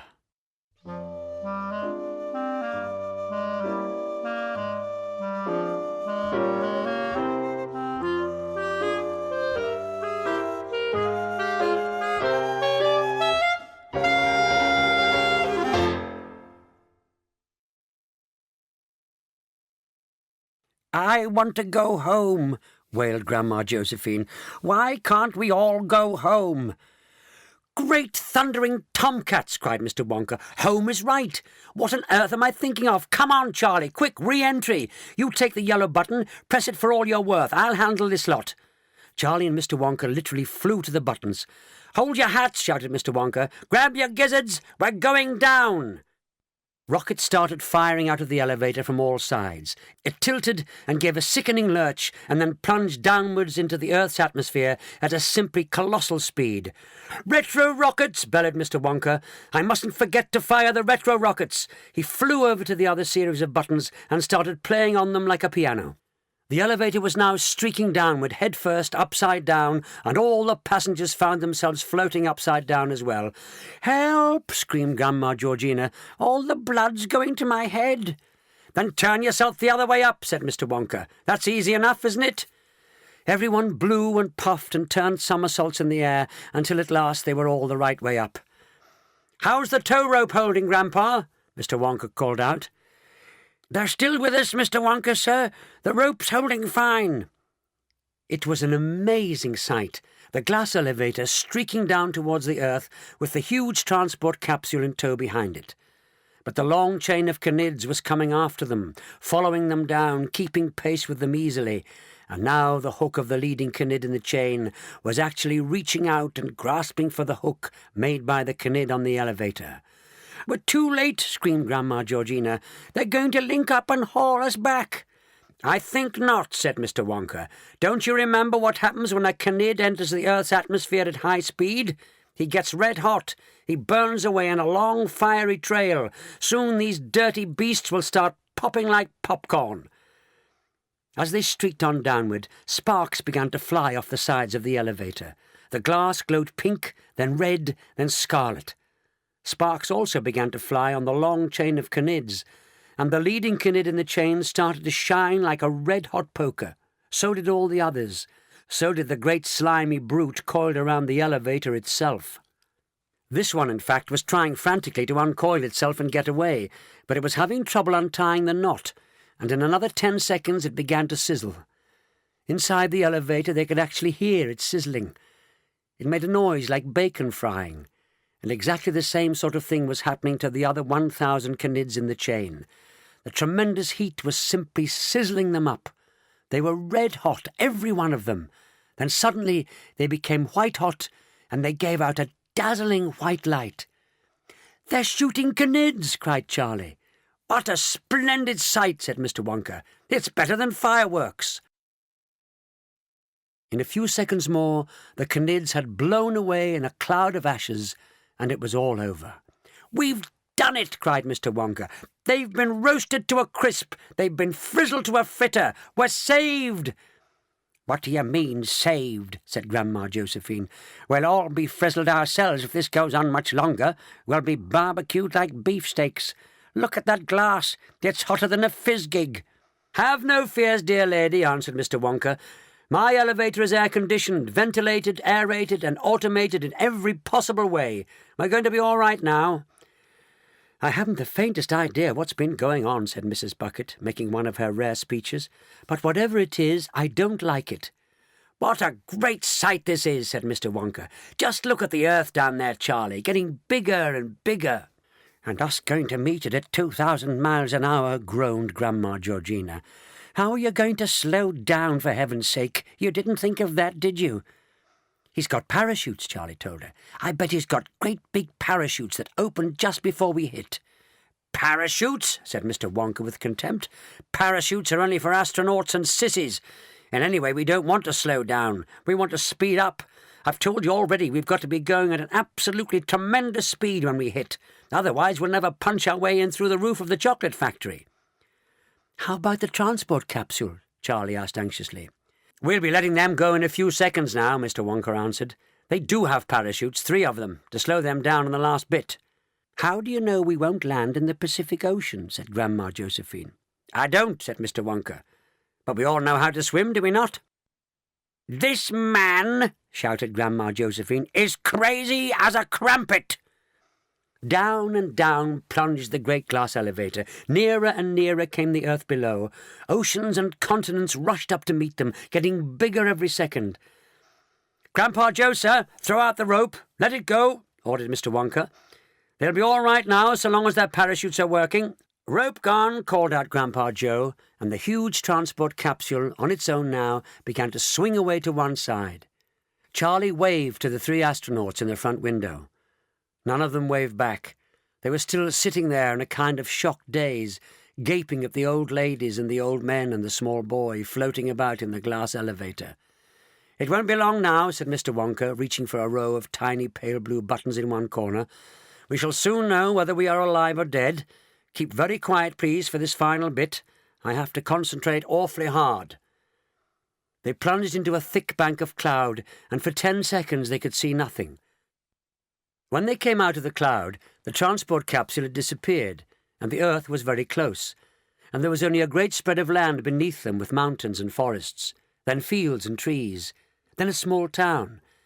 "There it is," shouted Mr. Wonka. "My chocolate factory, my beloved chocolate factory." "You mean Charlie's chocolate factory," said Grandpa Joe. "That's right," said Mr. Wonka, addressing Charlie. "I'd clean forgotten. I do apologise to you, my dear boy. Of course it's yours. And here we go." Through the glass floor of the elevator, Charlie caught a quick glimpse of the huge red roof and the tall chimneys of the giant factory. They were plunging straight down onto it. "Hold your breath," shouted Mr. Wonka. "Hold your nose, fasten your seat belts and say your prayers. We're going through the roof." Crash! And then the noise of splintering wood and broken glass and absolute darkness and the most awful crunching sounds as the elevator rushed on, smashing everything before it. All at once, the crushing noises stopped, and the ride became smoother, and the elevator seemed to be travelling on guides or rails, twisting and turning like a roller coaster. And when the lights came on, Charlie suddenly realised that for the last few seconds he hadn't been floating at all. He'd been standing normally on the floor. Mr. Wonka was on the floor too, and so was Grandpa Joe, and Mr. and Mrs. Bucket, and also the big bed. As for Grandma Josephine, Grandma Georgina, and Grandpa George, they must have fallen right back onto the bed, because they were now all three on top of it and scrabbling to get under the blanket. "We're through!" yelled Mr. Wonka. "We've done it! We're in!" Grandpa Joe grabbed him by the hand and said, "Well done, sir! How splendid! What a magnificent job!" "Where in the world are we now?" said Mrs. Bucket. "We're back, Mother," Charlie cried. "We're in the chocolate factory." "I'm very glad to hear it," said Mrs. Bucket. "But didn't we come rather a long way round?" "We had to," said Mr. Wonka, "to avoid the traffic." "I have never met a man who talks so much absolute nonsense," said Grandma Georgina. "A little nonsense now and then is relished by the wisest men," Mr. Wonka said. "Why don't you pay some attention to where this crazy elevator's going?" shouted Grandma Josephine, "and stop footling about." "A little footling about will stop you going up the spout," said Mr. Wonka. "What did I tell you?" cried Grandma Georgina. "He's round the twist. I want to go home." "Too late," said Mr. Wonka. "We're there." The elevator stopped. The doors opened, and Charlie found himself looking out once again at the great chocolate room with the chocolate river and the chocolate waterfall. And there to meet them were hundreds and hundreds of tiny Oompa-Loompas, all waving and cheering. Even Grandma Georgina was stunned into silence for a few seconds, but not for long. "Who in the world are all those peculiar little men?" she said. "They're Oompa-Loompas," Charlie told her. "They're wonderful. You'll love them." "Shh!" said Grandpa Joe. "Listen, Charlie. The drums are starting up. They're going to sing. They're going to—" "Hallelujah," said the Oompa-Loompas. "Oh, hallelujah and hooray, our Willy Wonka's back today. We thought you'd never make it home. We thought you'd left us all alone. We knew that you would have to face some frightful creatures up in space. We even thought we heard the crunch of someone eating you for lunch." "All right," shouted Mr. Wonka, laughing and raising both hands. "Thank you for your welcome. Will some of you please help to get this bed out of here?" 50 Oompa-Loompas ran forward and pushed the bed with the 3 old ones in it out of the elevator. Mr. and Mrs. Bucket, both looking completely overwhelmed by it all, followed the bed out. Then came Grandpa Joe, Charlie, and Mr. Wonka. "Now," said Mr. Wonka, addressing Grandpa George, Grandma Georgina, and Grandma Josephine, "up you hop out of that bed and let's get cracking. I'm sure you'll all want to lend a hand running the factory." "Who, us?" said Grandma Josephine. "Yes, you," said Mr. Wonka. "You must be joking," said Grandma Georgina. "I never joke," said Mr. Wonka. "Now just you listen to me, sir," said old Grandpa George, sitting up straight in bed. "You've got us into quite enough troubles and trumbles for one day." "I've got you out of them too," said Mr. Wonka proudly, "and I'm going to get you out of that bed as well. You see if I don't." "I haven't been out of this bed in 20 years, and I'm not getting out now for anybody," said Grandma Josephine firmly. "Nor me," said Grandma Georgina. "You were out of it just now, every one of you," said Mr. Wonka. "That was floating," said Grandpa George. "We couldn't help it." "We never put our feet on the floor," said Grandma Josephine. "Try it," said Mr. Wonka. "You might surprise yourself." "Go on, Josie," said Grandpa Joe. "Give it a try. I did. It was easy." "We're perfectly comfortable where we are, thank you very much," said Grandma Josephine. Mr. Wonka sighed and shook his head very slowly and very sadly. "Oh, well," he said, "so that's that." He laid his head on one side and gazed thoughtfully at the three old people in the bed. And Charlie, watching him closely, saw those bright little eyes of his beginning to spark and twinkle once again. "Ha-ha," thought Charlie, "what's coming now?" "I suppose," said Mr. Wonka, placing the tip of one finger on the point of his nose and pressing gently, "I suppose, because this is a very special case, I suppose I could spare you just a tiny little bit of—" He stopped and shook his head. "A tiny little bit of what?" said Grandma Josephine sharply. "No," said Mr. Wonka, "it's pointless. You seem to have decided to stay in that bed whatever happens. And anyway, the stuff is much too precious to waste. I'm sorry I mentioned it." He started to walk away. "Hey!" shouted Grandma Georgina. "You can't begin something and not go on with it. What is too precious to waste?" Mr. Wonka stopped. Slowly he turned round. "What is this thing you're talking about?" said Grandma Georgina. "Get on with it, for heaven's sake," said Grandma Josephine. "Very well," Mr. Wonka said at last. "I'll tell you. And listen carefully, because this could change your whole lives. It could even change you." "I don't want to be changed," shouted Grandma Georgina. "May I go on, madam?" "Thank you. Not long ago I was fooling about in my inventing room, stirring stuff around and mixing things up the way I do every afternoon at 4 o'clock, when suddenly I found I had made something that seemed very unusual. This thing I had made kept changing colour as I looked at it, and now and again it gave a little jump. It actually jumped in the air, as though it were alive. "What have we here?" I cried, and I rushed it quickly to the testing room and gave some to the Oompa Loompa who was on duty there at the time. The result was immediate. It was flabbergasting. It was unbelievable. It was also rather unfortunate. "What happened?" said Grandma Georgina, sitting up. "What indeed?" said Mr. Wonka. "Answer the question," said Grandma Josephine. "What happened to the Oompa Loompa?" "Ah," said Mr. Wonka.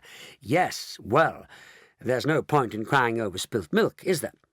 I realized, you see, that I had stumbled upon a new and tremendously powerful vitamin, and I also knew that if only I could make it safe, if only I could stop it doing to others what it did to that Oompa Loompa—" "What did it do to that Oompa Loompa?" said Grandma Georgina sternly. "The older I get, the deafer I become," said Mr. Wonka.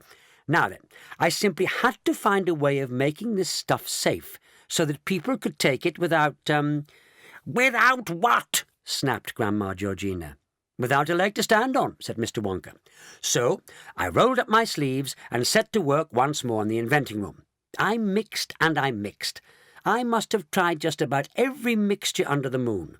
By the way, there is a little hole in one wall of the inventing room which connects directly with the testing room next door, so I was able all the time to keep passing stuff through for testing to whichever brave volunteer happened to be on duty.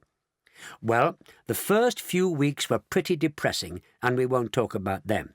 Let me tell you instead what happened on the 132nd day of my labours. That morning I had changed the mixture drastically, and this time the little pill I produced at the end of it all was not nearly so active or alive as the others had been. It kept changing colour, yes, but only from lemon yellow to blue, then back to yellow again. And when I placed it on the palm of my hand, it didn't jump about like a grasshopper, it only quivered, and then ever so slightly.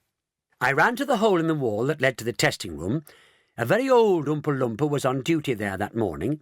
He was a bald, wrinkled, toothless old fellow. He was in a wheelchair. He had been in the wheelchair for at least 15 years. I handed him the pill. He looked at it nervously. I couldn't blame him for being a bit jittery, but this brave old Oompa Loompa took the pill, and with the help of a little water he gulped it down. And then, suddenly, the most amazing thing happened. Before my very eyes, queer little changes began taking place in the way he looked. A moment earlier he'd been practically bald, with just a fringe of snowy white hair around the sides and back of his head. But now the fringe of white hair was turning gold, and all over the top of his head new gold hair was beginning to sprout, like grass. In less than half a minute he had grown a splendid new crop of long golden hair. At the same time, many of the wrinkles started disappearing from his face, not all of them, but about half, enough to make him look a good deal younger, and all of this must have given him a nice, tickly feeling, because he started grinning at me, then laughing, and as soon as he opened his mouth, I saw the strangest sight of all. Teeth were growing up out of those old toothless gums, good white teeth, and they were coming up so fast I could actually see them getting bigger and bigger.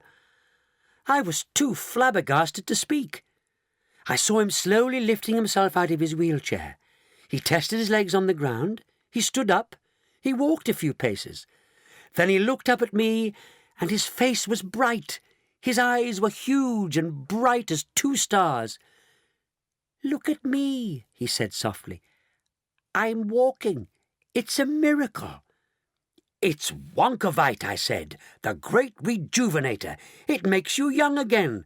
How old do you feel now?" He thought carefully about this question, and then he said, "I feel almost exactly how I felt when I was 50 years old." "How old were you just now, before you took the Wonkavite?" I asked him. 70 last birthday, he answered. "That means," I said, "it has made you 20 years younger." It has, he cried, delighted. "I feel as frisky as a frog-hopper." "Not frisky enough," I told him. 50 is still pretty old. "Let us see if I can't help you a bit more. Stay right where you are. I'll be back in a twink." I ran to my workbench and began to make one more pill of Wonkavite, using exactly the same mixture as before. "Swallow this," I said, passing the second pill through the hatch. There was no hesitating this time. Eagerly he popped it into his mouth and chased it down with a drink of water. And behold, within half a minute another 20 years had fallen away from his face and body, and he was now a slim and sprightly young Oompa Loompa of 30. He gave a whoop of joy and started dancing across the room, leaping high in the air and coming down on his toes. "Are you happy?" I asked him. "I'm ecstatic," he cried, and he ran out of the testing room to show himself off to his family and friends.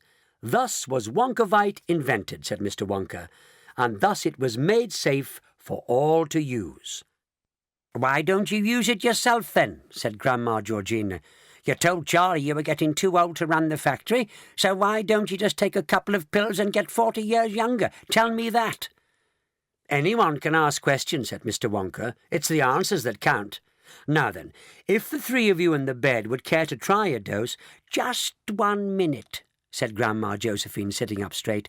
"First, I'd like to take a look at this 70-year-old Oompa Loompa who is now back to 30. Mr. Wonka flicked his fingers. A tiny Oompa Loompa, looking young and perky, ran forward out of the crowd and did a marvellous little dance in front of the 3 old people in the big bed. 2 weeks ago, he was 70 years old and in a wheelchair," Mr. Wonka said proudly. "And look at him now." "The drums, Charlie," said Grandpa Joe. "Listen, they're starting up again." Far away down on the bank of the Chocolate River, Charlie could see the Oompa Loompa band striking up once more, and they were beating a slow, mysterious rhythm that soon had all the other hundreds of Oompa Loompas swinging and swaying from side to side in a kind of trance. They began to chant. "If you are old and have the shakes, if all your bones are full of aches, if you can hardly walk at all, if living drives you up the wall, if you're a grump and full of spite, if you're a human parasite, then what you need is Wonkavite. Your eyes will shine, your hair will grow, your face and skin will start to glow, your rotten teeth will all drop out, and in their place new teeth will sprout.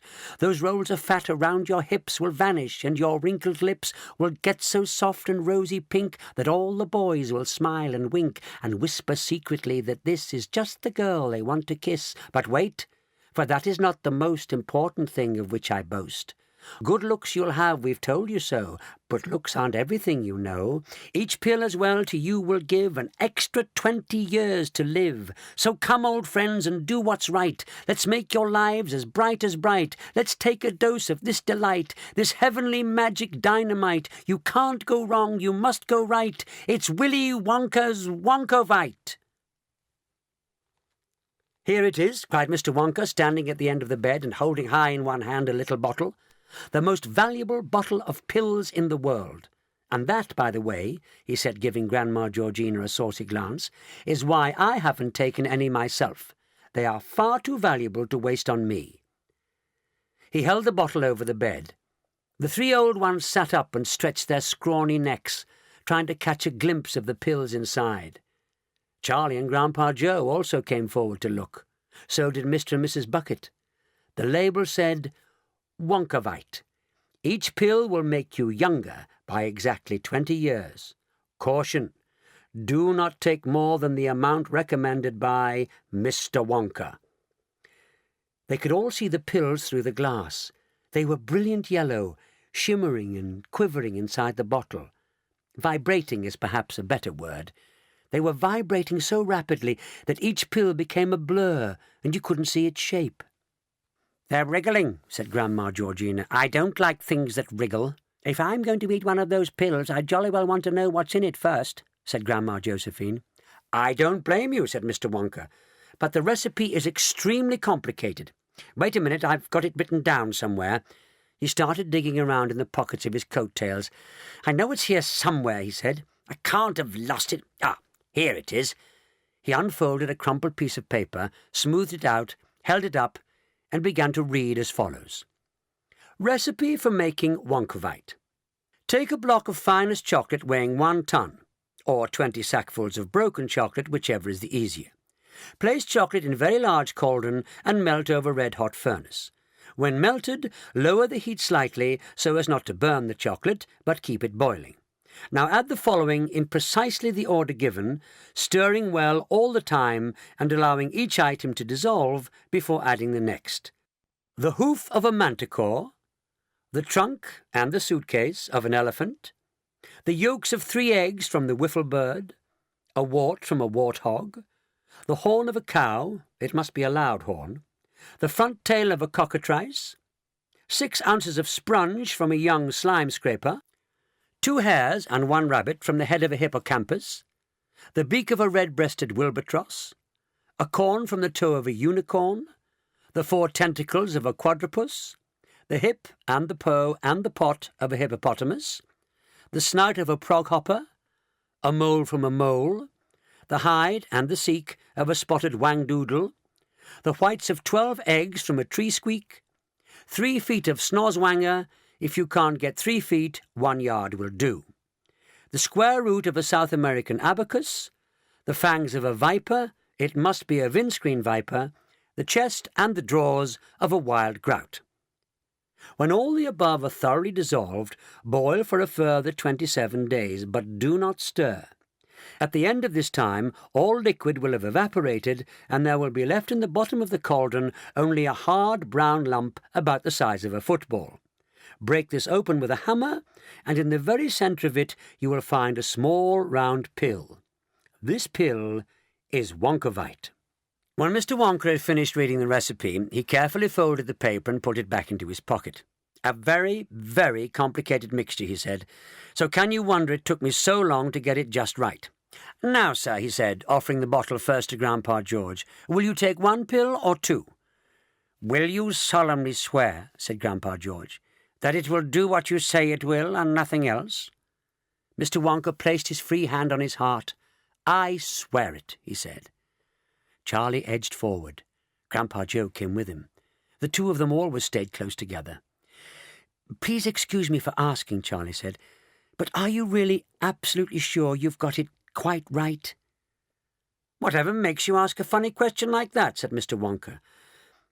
I was thinking of the gum you gave to Violet Beauregard," Charlie said. "So that's what's bothering you," cried Mr. Wonka. "But don't you understand, me dear boy, that I never did give that gum to Violet? She snatched it without permission, and I shouted, 'Stop, don't spit it out!' But the silly girl took no notice of me. I am offering these pills to your grandparents. I am recommending them." "Listen," he cried, going up to the edge of the bed. "Mr. Wonka's offering you a new life. Grab it while you can." Mr. Wonka stepped forward and placed the bottle of pills in the middle of the bed. "So here you are, my dears," he said. "Help yourselves." "Come on," cried all the Oompa Loompas together. "Come on, old friends, and do what's right. Come and make your lives as bright as bright. Just take a dose of this delight, this heavenly magic dynamite. You can't go wrong, you must go right. It's Willy Wonka's Wonkavite." This was too much for the old people in the bed. All three of them made a dive for the bottle. 6 scrawny hands shot out and started scrabbling to get hold of it. Grandma Georgina got it. She gave a grunt of triumph and unscrewed the cap and tipped all the brilliant yellow pills onto the blanket on her lap. She cupped her hands around them so the others couldn't reach out and snatch them. "All right," she shouted excitedly, counting them quickly. "There's 12 pills here. That's 6 for me and 3 each for you." "Hey, that's not fair," shrilled Grandma Josephine. "It's 4 for each of us." "4 each is right," cried Grandpa George. "Come on, Georgina, hand over my share." Mr. Wonka shrugged his shoulders and turned his back on them. He hated squabbles.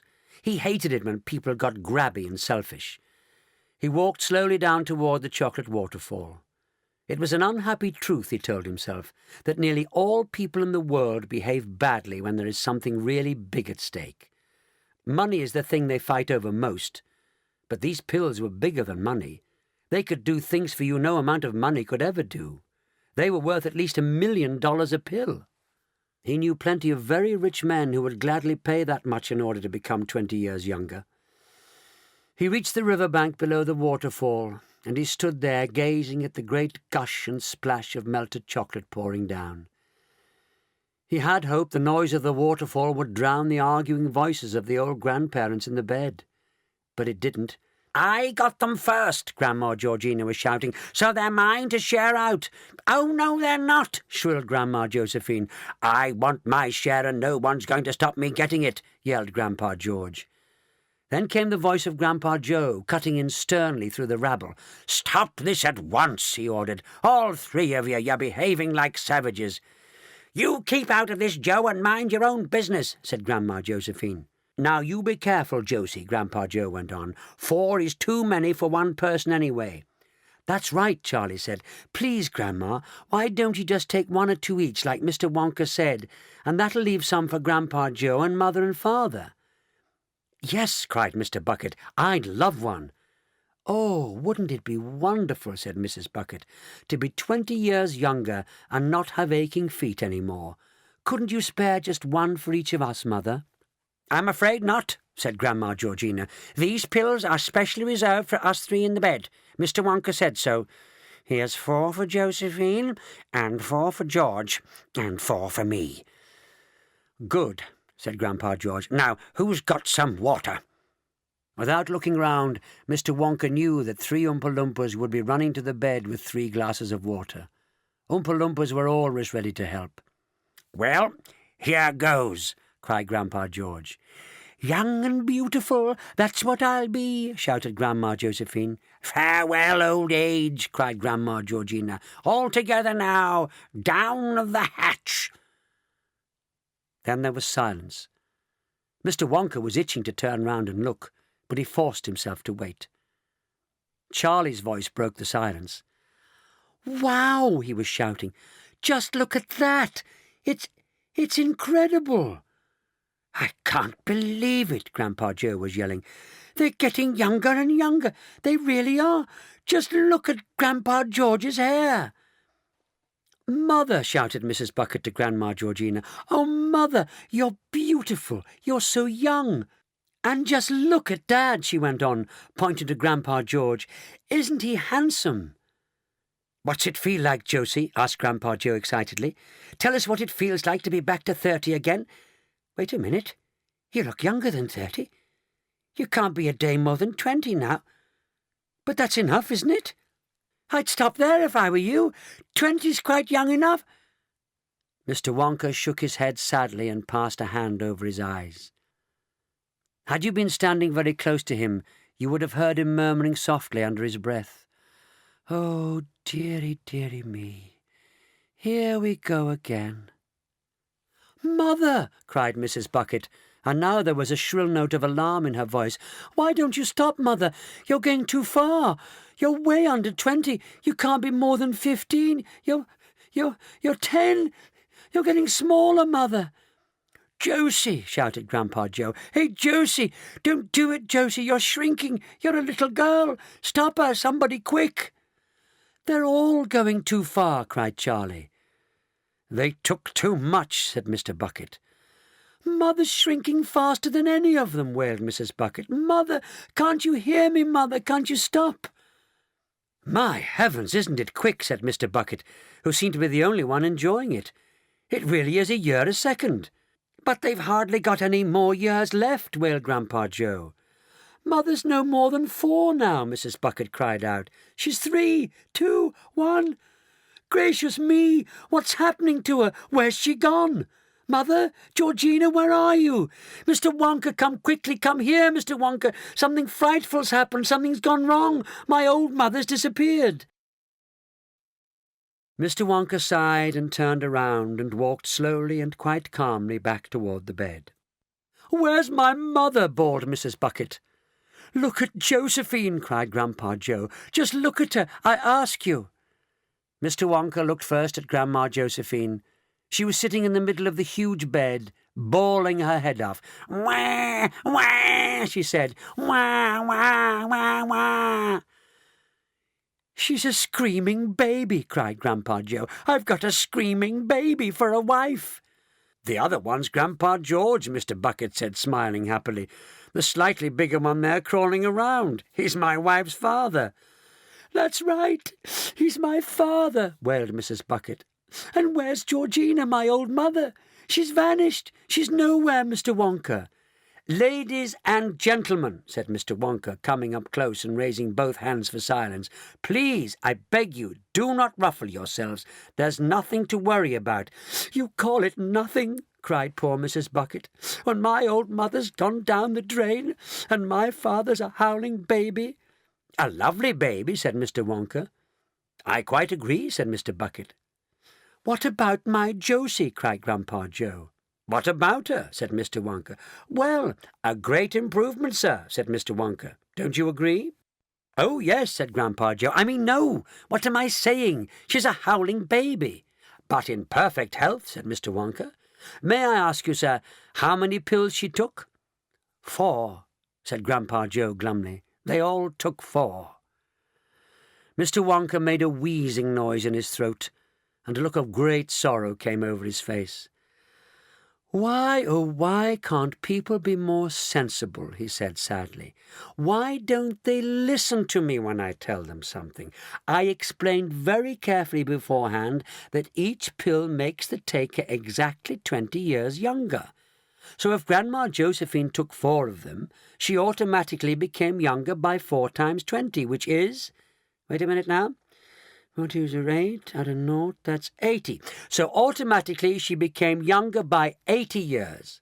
How old, sir, was your wife, if I may ask, before this happened?" "She was 80 last birthday," Grandpa Joe answered. "She was 80 in 3 months. "There you are, then," cried Mr. Wonka, flashing a happy smile. "The Wonkavite worked perfectly. She is now precisely 3 months old." "Madam," said Mr. Wonka, turning to Mrs. Bucket, "how old, may I ask, was Grandpa George, your father?" 81, wailed Mrs. Bucket. "He was 81 exactly." "Which makes him a great big bouncing 1-year-old boy now," said Mr. Wonka happily. "How splendid," said Mr. Bucket to his wife. "You'll be the first person in the world to change her father's nappies." "He can change his own rotten nappies," said Mrs. Bucket. "What I want to know is, where's my mother? Where's Grandma Georgina?" "Aha," said Mr. Wonka. "Oh, yes, indeed. Where, oh, where has Georgina gone? How old, please, was the lady in question?" 78, Mrs. Bucket told him. "Well, of course," laughed Mr. Wonka. "That explains it." "What explains what?" snapped Mrs. Bucket. "My dear madam," said Mr. Wonka, If she was only 78 and she took enough Wonkavite to make her 80 years younger, then naturally she's vanished. She's bitten off more than she could chew. She's taken off more years than she had. "Explain yourself," said Mrs. Bucket. "Simple arithmetic," said Mr. Wonka. "Subtract 80 from 78, and what do you get?" "-2, said Charlie. "Hooray!" said Mr. Bucket. "My mother-in-law's -2 years old." "Impossible," said Mrs. Bucket. "It's true," said Mr. Wonka. "And where is she now, may I ask?" said Mrs. Bucket. "That's a good question," said Mr. Wonka. "A very good question. Yes, indeed. Where is she now?" "You don't have the foggiest idea, do you?" "Of course I do," said Mr. Wonka. "I know exactly where she is." "Then tell me." "You must try to understand," said Mr. Wonka, "that if she is now -2, she's got to add 2 more years before she can start again from naught. She's got to wait it out." "Where does she wait?" said Mrs. Bucket. "In the waiting room, of course," said Mr. Wonka. "Boom, boom," said the drums of the Oompa Loompa band. "Boom, boom, boom, boom." And all the Oompa Loompas, all the hundreds of them standing there in the chocolate room, began to sway and hop and dance to the rhythm of the music. "Attention, please," they sang. "Attention, please, don't dare to talk, don't dare to sneeze. Don't doze or daydream, stay awake, your health, your very life's at stake. Ho, ho, you say, they can't mean me. Ha, ha, we answer, wait and see. Did any of you ever meet a child called Goldie Pinklesweet, who on her 7th birthday went to stay with Granny down in Kent? At lunchtime on the 2nd day of dearest little Goldie's stay, Granny announced, 'I'm going down to do some shopping in the town.' Do you know why Granny didn't tell the child to come along as well? She's going to the nearest inn to buy herself a double gin. So out she creeps, she shuts the door, and Goldie, after making sure that she is really by herself, goes quickly to the medicine shelf. And there her little greedy eyes see pills of every shape and size. Such fascinating colours too, some green, some pink, some brown, some blue. 'All right,' she cries, 'let's try the brown.' She takes one pill and gulps it down. 'Yum, yum,' she cries, 'hurrah, what fun! They're chocolate-coated, every one.' She gobbles 5, she gobbles 10. She stops her gobbling only when the last pill's gone. There are no more. Slowly she rises from the floor. She stops, she hiccups. Dear, oh dear, she starts to feel a trifle queer. You see, how could young Goldie know, for nobody had told her so, that Grandmamma, her old relation, suffered from frightful constipation? This meant that every night she'd give herself a powerful laxative. And all the medicines that she's bought were naturally of this sort. The pink and red and blue and green were all extremely strong and mean, but far more fierce and meaner still was Granny's little chocolate pill. In point of fact, she did not dare to use them more than twice a year. So can you wonder little Goldie began to feel a wee bit mouldy? Inside her tummy something stirred, a funny gurgling sound was heard, and then, oh dear, from deep within, the ghastly rumbling sounds begin. The floorboards shake, and from the wall some bits of paint and plaster fall. Explosions, whistles, awful bangs were followed by the loudest clangs. Young Goldie clutched herself and cried, "There's something wrong with my inside." Granny at 2:30 came in, weaving a little from the gin, but even so she quickly saw the empty bottle on the floor. "My precious laxative," she cried. "I don't feel well," the girl replied. Angry Grandma shook her head. "I'm really not surprised," she said. "Why can't you leave my pills alone?" With that she grabbed the telephone and shouted, "Listen, send us quick, an ambulance, a child is sick. It's number 50, Fontwell Road. Come fast, I think she might explode." We're sure you do not wish to hear about the hospital and where they did a lot of horrid things with stomach pumps and rubber rings. Let's answer what you want to know. Did Goldie live or did she go? The doctors gathered round her bed. "There's really not much hope," they said. "She's going, gone," they cried. "She's had her chip, she's dead, she's died." "I'm not so sure," the child replied. And all at once she opened wide her great big bluish eyes and sighed, and gave the anxious docs a wink, and said, "I'll be okay, I think." So Goldie lived, and back she went, at first to Granny's place in Kent. Her father came the second day, and fetched her in a Chevrolet, and drove her to their home in Dover. But Goldie's troubles were not over. You see, if someone takes enough of any highly dangerous stuff, one will invariably find some traces of it left behind. It pains us greatly to relate that Goldie suffered from this fate. She'd taken such a massive fill of this unpleasant kind of pill, it got into her blood and bones, it messed up all her chromosomes, it made her constantly upset, and she could never really get the beastly stuff to go away. And so the girl was forced to stay for 7 hours every day within the everlasting gloom of what we call the ladies' room. And after all, the WC is not the gayest place to be. So now, before it is too late, take heed of Goldie's dreadful fate. And seriously, all jokes apart, do promise us across your heart that you will never help yourself to medicine from the medicine shelf.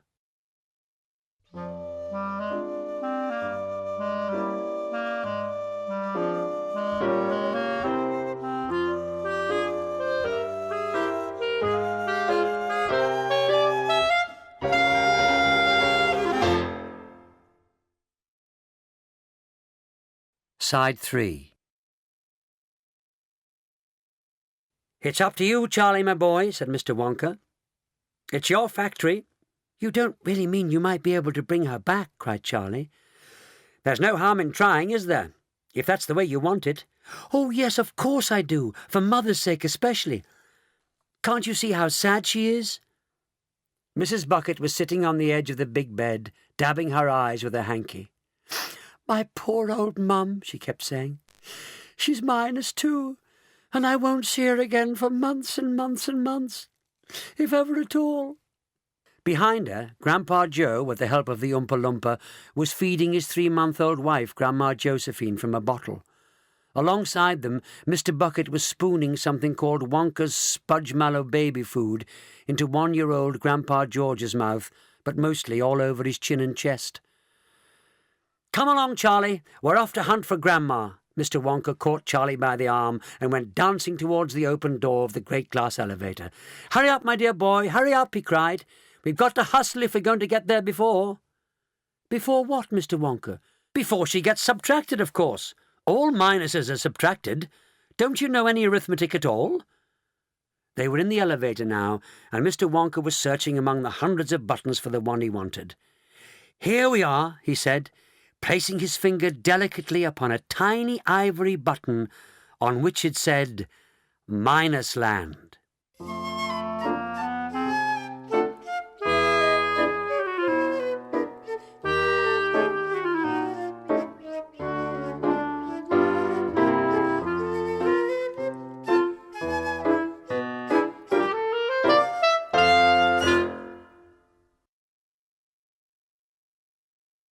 The doors slid shut, and then, with a fearful whistling whirring sound, the great machine leapt away to the right.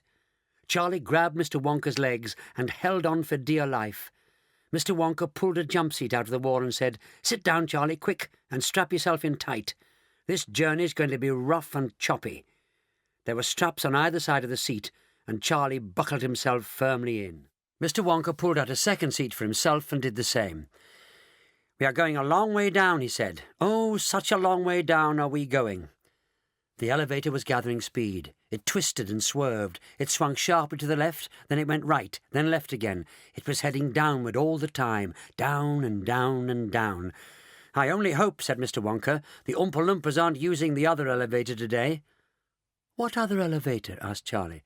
"The one that goes the opposite way on the same track as this."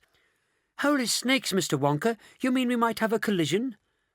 "I've always been lucky so far, my boy. Hey, take a look out there, quick!" Through the window, Charlie caught a glimpse of what seemed like an enormous quarry with a steep, craggy brown rock face, and all over the rock face there were hundreds of Oompa Loompas working with picks and pneumatic drills. "Rock candy," said Mr. Wonka. "That's the richest deposit of rock candy in the world." The elevator sped on. "We're going deeper, Charlie, deeper and deeper. We're about 200,000 feet down already." Strange sights were flashing by outside, but the elevator was travelling at such a terrific speed that only occasionally was Charlie able to recognise anything at all. Once he thought he saw in the distance a cluster of tiny houses shaped like upside-down cups, and there were streets in between the houses and Oompa Loompas walking in the streets. Another time, as they were passing some sort of vast red plain dotted with things that looked like oil derricks, he saw a great spout of brown liquid spurting out of the ground high into the air. "A gusher!" cried Mr. Wonka, clapping his hands. "A whacking great gusher! How splendid! Just when we needed it!" "A what?" said Charlie. "We've struck chocolate again, my boy. There'll be a rich new field. Oh, what a beautiful gusher! Just look at it go!" On they roared, heading downward more steeply than ever now, and hundreds, literally hundreds, of astonishing sights kept flashing by outside. "You realise," said Mr. Wonka, "that what you saw earlier on when you went round the factory with all those naughty little children was only a tiny corner of the establishment. It goes down for miles and miles, and as soon as possible I will show you all the way round, slowly and properly, but that will take 3 weeks. Right now we have other things to think about, and I have important things to tell you.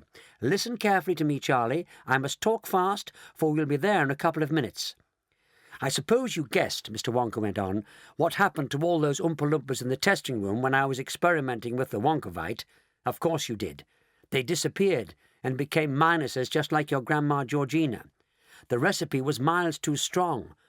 One of them actually became minus 87. Imagine that." "You mean he's got to wait 87 years before he can come back?" Charlie asked. "That's what kept bugging me, my boy. After all, one can't allow one's best friends to wait around as miserable minuses for 87 years. "And get subtracted as well," said Charlie. "That would be frightful." "Of course it would, Charlie. So what did I do? Willy Wonka, I said to myself, if you can invent Wonkavite to make people younger, then surely to goodness you can also invent something else to make people older." "Aha!" cried Charlie. "I see what you're getting at. You could turn the minuses quickly back into pluses and bring them home again." "Precisely, my dear boy, precisely. Always supposing, of course, that I could find out where the minuses had gone to." The elevator plunged on, diving steeply downward toward the centre of the earth. All was blackness outside now. There was nothing to be seen. "So once again," Mr. Wonka went on, "I rolled up my sleeves and set to work. Once again I squeezed my brains searching for the new recipe. I had to create age, to make people old, older, oldest. Ha ha! I cried, for now the ideas were beginning to come. What is the oldest living thing in the world? What lives longer than anything else?" "A tree?" Charlie said. "Right you are, Charlie. But what kind of tree? Not the Douglas fir, not the oak, not the cedar. No, my boy. It's a tree called the bristlecone pine that grows upon the slopes of Wheeler Park in Nevada, USA. You can find bristlecone pines on Wheeler Peak today, and they are over 4,000 years old. This is a fact, Charlie. Ask any dendrochronologist you like, and look up that word in the dictionary, will you, please?" So that started me off. I jumped into the great glass elevator and rushed all over the world collecting special items from the oldest living things. A pint of sap from a 4,000-year-old bristlecone pine, the toenail clippings from a 168-year-old Russian farmer called Petrovich Grigorovich, an egg laid by a 22-year-old tortoise belonging to the King of Tonga, the tail of a 51-year-old horse in Arabia, the whiskers of a 36-year-old cat called Crumpets, an old flea which had lived on crumpets for 36 years, the tail of a 207-year-old giant rat from Tibet, the black teeth of a 97-year-old grimalkin living in a cave on Mount Popocatépetl, the knuckle bones of a 700-year-old cataloo from Peru. All over the world, Charlie, I tracked down very old and ancient animals and took an important little bit of something from each one of them. A hair or an eyebrow, or sometimes it was no more than an ounce or two of the jam scraped from between its toes while it was sleeping. I tracked down the whistle-pig, the bobolink, the scrock, the polyfrog, the giant curlicue, the stinging slug, and the venomous squircle, who can spit poison right into your eye from 50 yards away. But there's no time to tell you about them all now, Charlie. Just let me say quickly that in the end, after lots of boiling and bubbling and mixing and testing in my inventing room, I produced one tiny cupful of oily black liquid and gave 4 drops of it to a brave 20-year-old Oompa Loompa volunteer to see what happened. "What did happen?" Charlie asked. The moment he swallowed it, he began wrinkling and shrivelling up all over, and his hair started dropping off, and his teeth started falling out, and before I knew it, he had suddenly become an old fellow of 75. And thus, my dear Charlie, was Vita Wonk invented. Did you rescue all the Oompa Loompa Minuses, Mr. Wonka? Every single one of them, my boy. 131 all told. Mind you, it wasn't quite as easy as that. There were lots of snags and complications along the way. Good heavens, we're nearly there. I must stop talking now and watch where we're going. Charlie realized that the elevator was no longer rushing and roaring. It was hardly moving at all now. It seemed to be drifting. Undo your straps, Mr. Wonka said. We must get ready for action. Charlie undid his straps and stood up and peered out. It was an eerie sight. They were drifting in a heavy grey mist. Mr. Wonka slid open the doors. Stand back, he said. Don't fall out, Charlie, whatever you do. The mist came into the elevator. It had the fusty, reeky smell of an old underground dungeon. The silence was overpowering. There was no sound at all, no whisper of wind, no voice of creature or insect, and it gave Charlie a queer, frightening feeling to be standing there in the middle of this grey, inhuman nothingness, as though he were in another world altogether, in some place where man should never be. Minus land, whispered Mr. Wonka. This is it, Charlie. The problem now is to find her. We may be lucky, and there again we may not. I don't like it here at all, Charlie whispered. It gives me the willies. Me too, Mr. Wonka whispered back. But we've got a job to do, Charlie, and we must go through with it. The mist was condensing now on the glass walls of the elevator, making it difficult to see out except through the open doors. Do any other creatures live here, Mr. Wonka? Plenty of gnulies. Are they dangerous? If they bite you, they are. You're a goner, my boy, if you're bitten by a gnuli. The elevator drifted on, rocking gently from side to side. The grey-black, oily fog swirled around them. What does a gnuli look like, Mr. Wonka? They don't look like anything, Charlie. They can't. You mean you've never seen one? You can't see gnulis, my boy. You can't even feel them until they puncture your skin. Then it's too late. They've got you. You mean there might be swarms of them all around us this very moment? Charlie asked. There might, said Mr. Wonka. Charlie felt his skin beginning to creep. Do you die at once? He asked. First you become subtracted. A little later you are divided. But very slowly. It takes a long time. It's long division, and it's very painful. After that, you become one of them. Couldn't we shut the door? Charlie asked. I'm afraid not, my boy. We'd never see her through the glass. There's too much mist and moisture. She's not going to be easy to pick out anyway. Charlie stood at the open door of the elevator and stared into the swirling vapours. This, he thought, is what hell must be like. Hell without heat. Heat. Charlie felt a jab on his arm. He jumped. He almost jumped out of the elevator. Sorry, said Mr. Wonka. It's only me. Oh, Charlie gasped. For a second I thought... I know what you thought, Charlie. And by the way, I'm awfully glad you're with me. How would you like to come here alone, as I did, as I had to, many times? I wouldn't, said Charlie. There she is, said Mr. Wonka, pointing. No, she isn't. Oh, dear, I could have sworn I saw her. Keep watching, Charlie. There, said Charlie. Over there, look. Where? Said Mr. Wonka. Point to her, Charlie. She's gone again. Sort of faded away, Charlie said.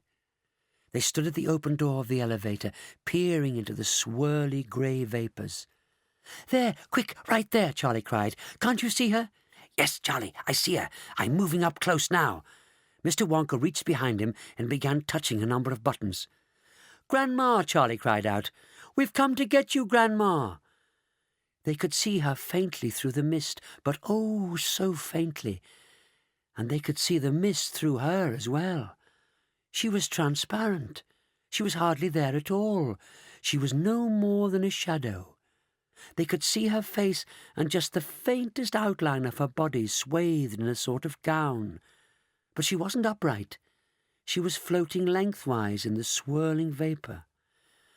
"Why is she lying down?" Charlie whispered. "Because she's a Minus, Charlie. Surely you know what a Minus looks like." The elevator glided close. The ghostly shadow of Grandma Georgina's face was no more than a yard away now.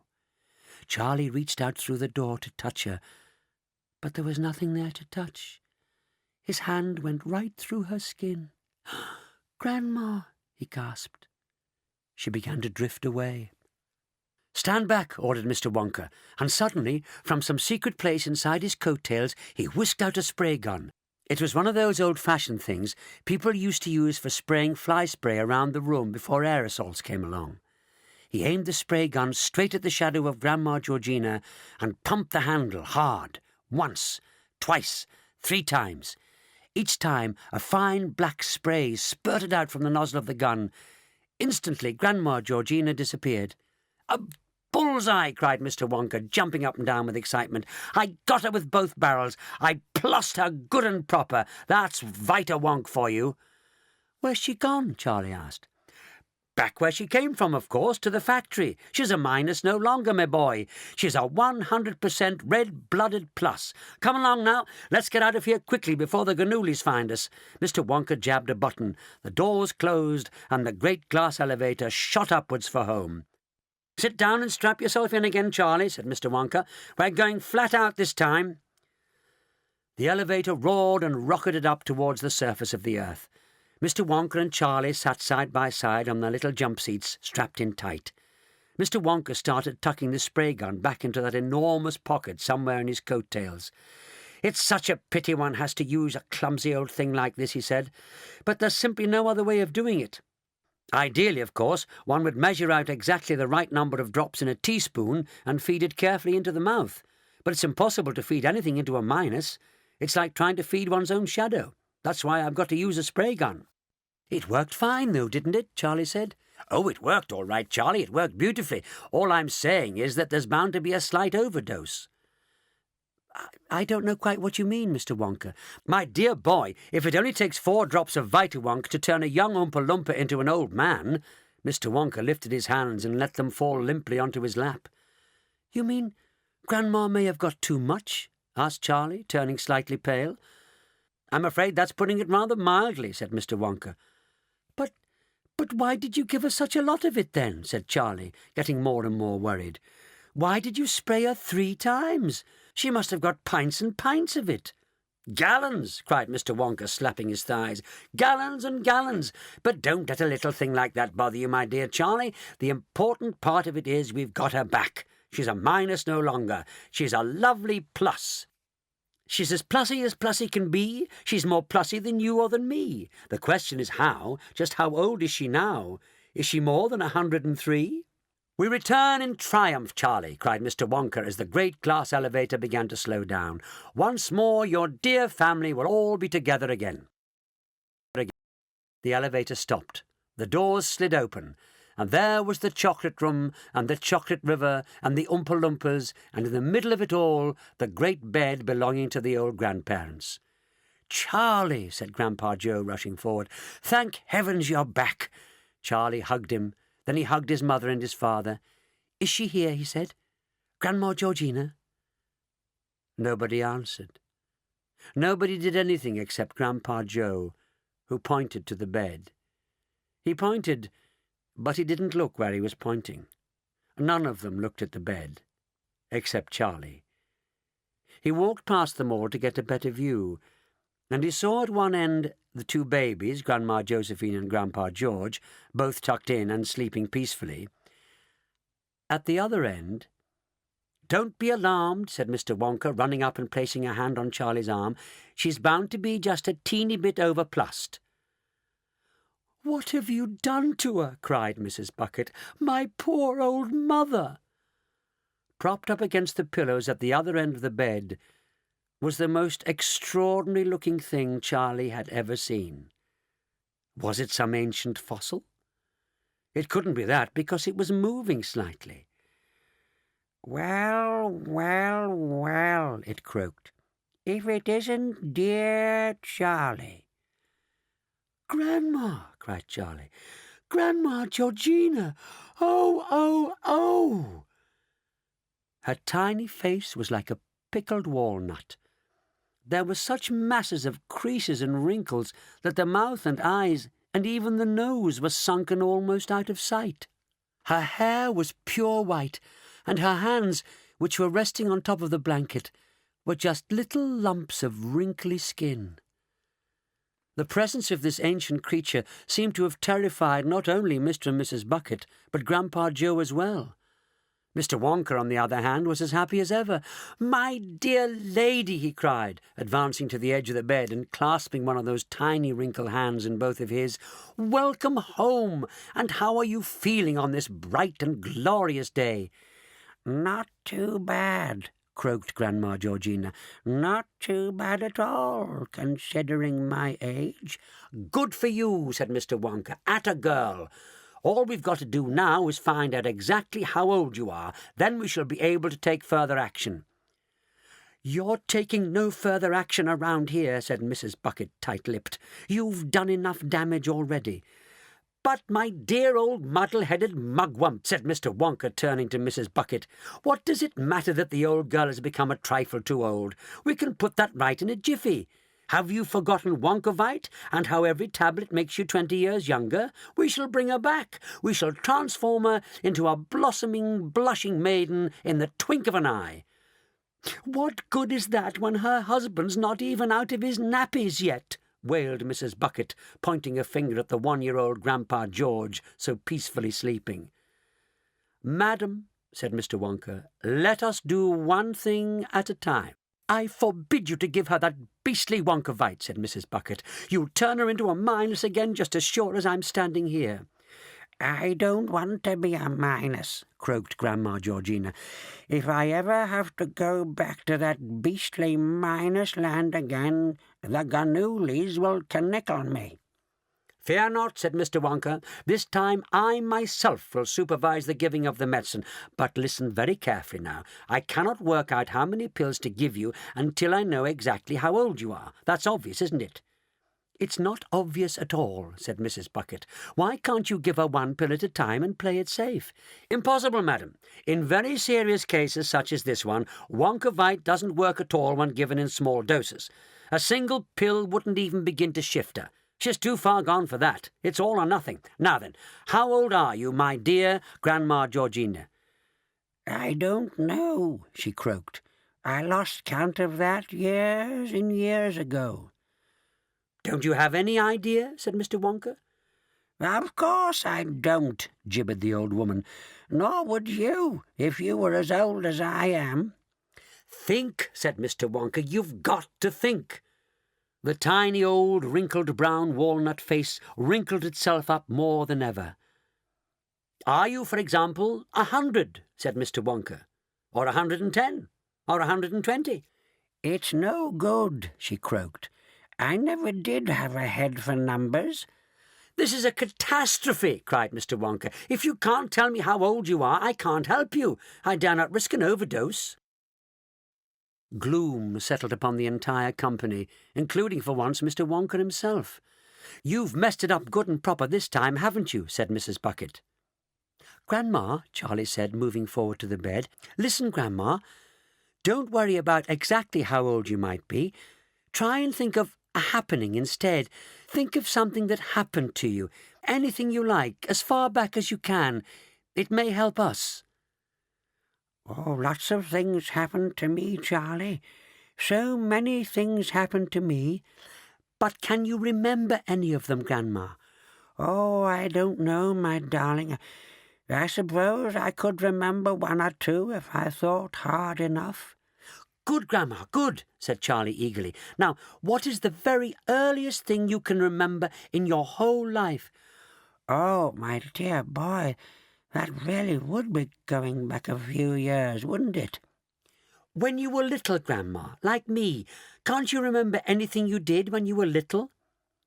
The tiny sunken black eyes glimmered faintly, and a sort of smile touched the corners of the almost invisible little slit of her mouth. "There was a ship," she said. "I can remember a ship. Couldn't ever forget that ship." Go on, Grandma. A ship? What sort of a ship? Did you sail on her? "Of course I sailed on her, my darling. We all sailed on her." Where from? Where to? Charlie went on eagerly. "Oh, no, I couldn't tell you that. I was just a tiny little girl." She lay back on the pillow and closed her eyes. Everybody waited. "It had a lovely name, that ship. There was something beautiful, something so beautiful about that name. But of course I couldn't possibly remember it." Charlie, who had been sitting on the edge of the bed, suddenly jumped up.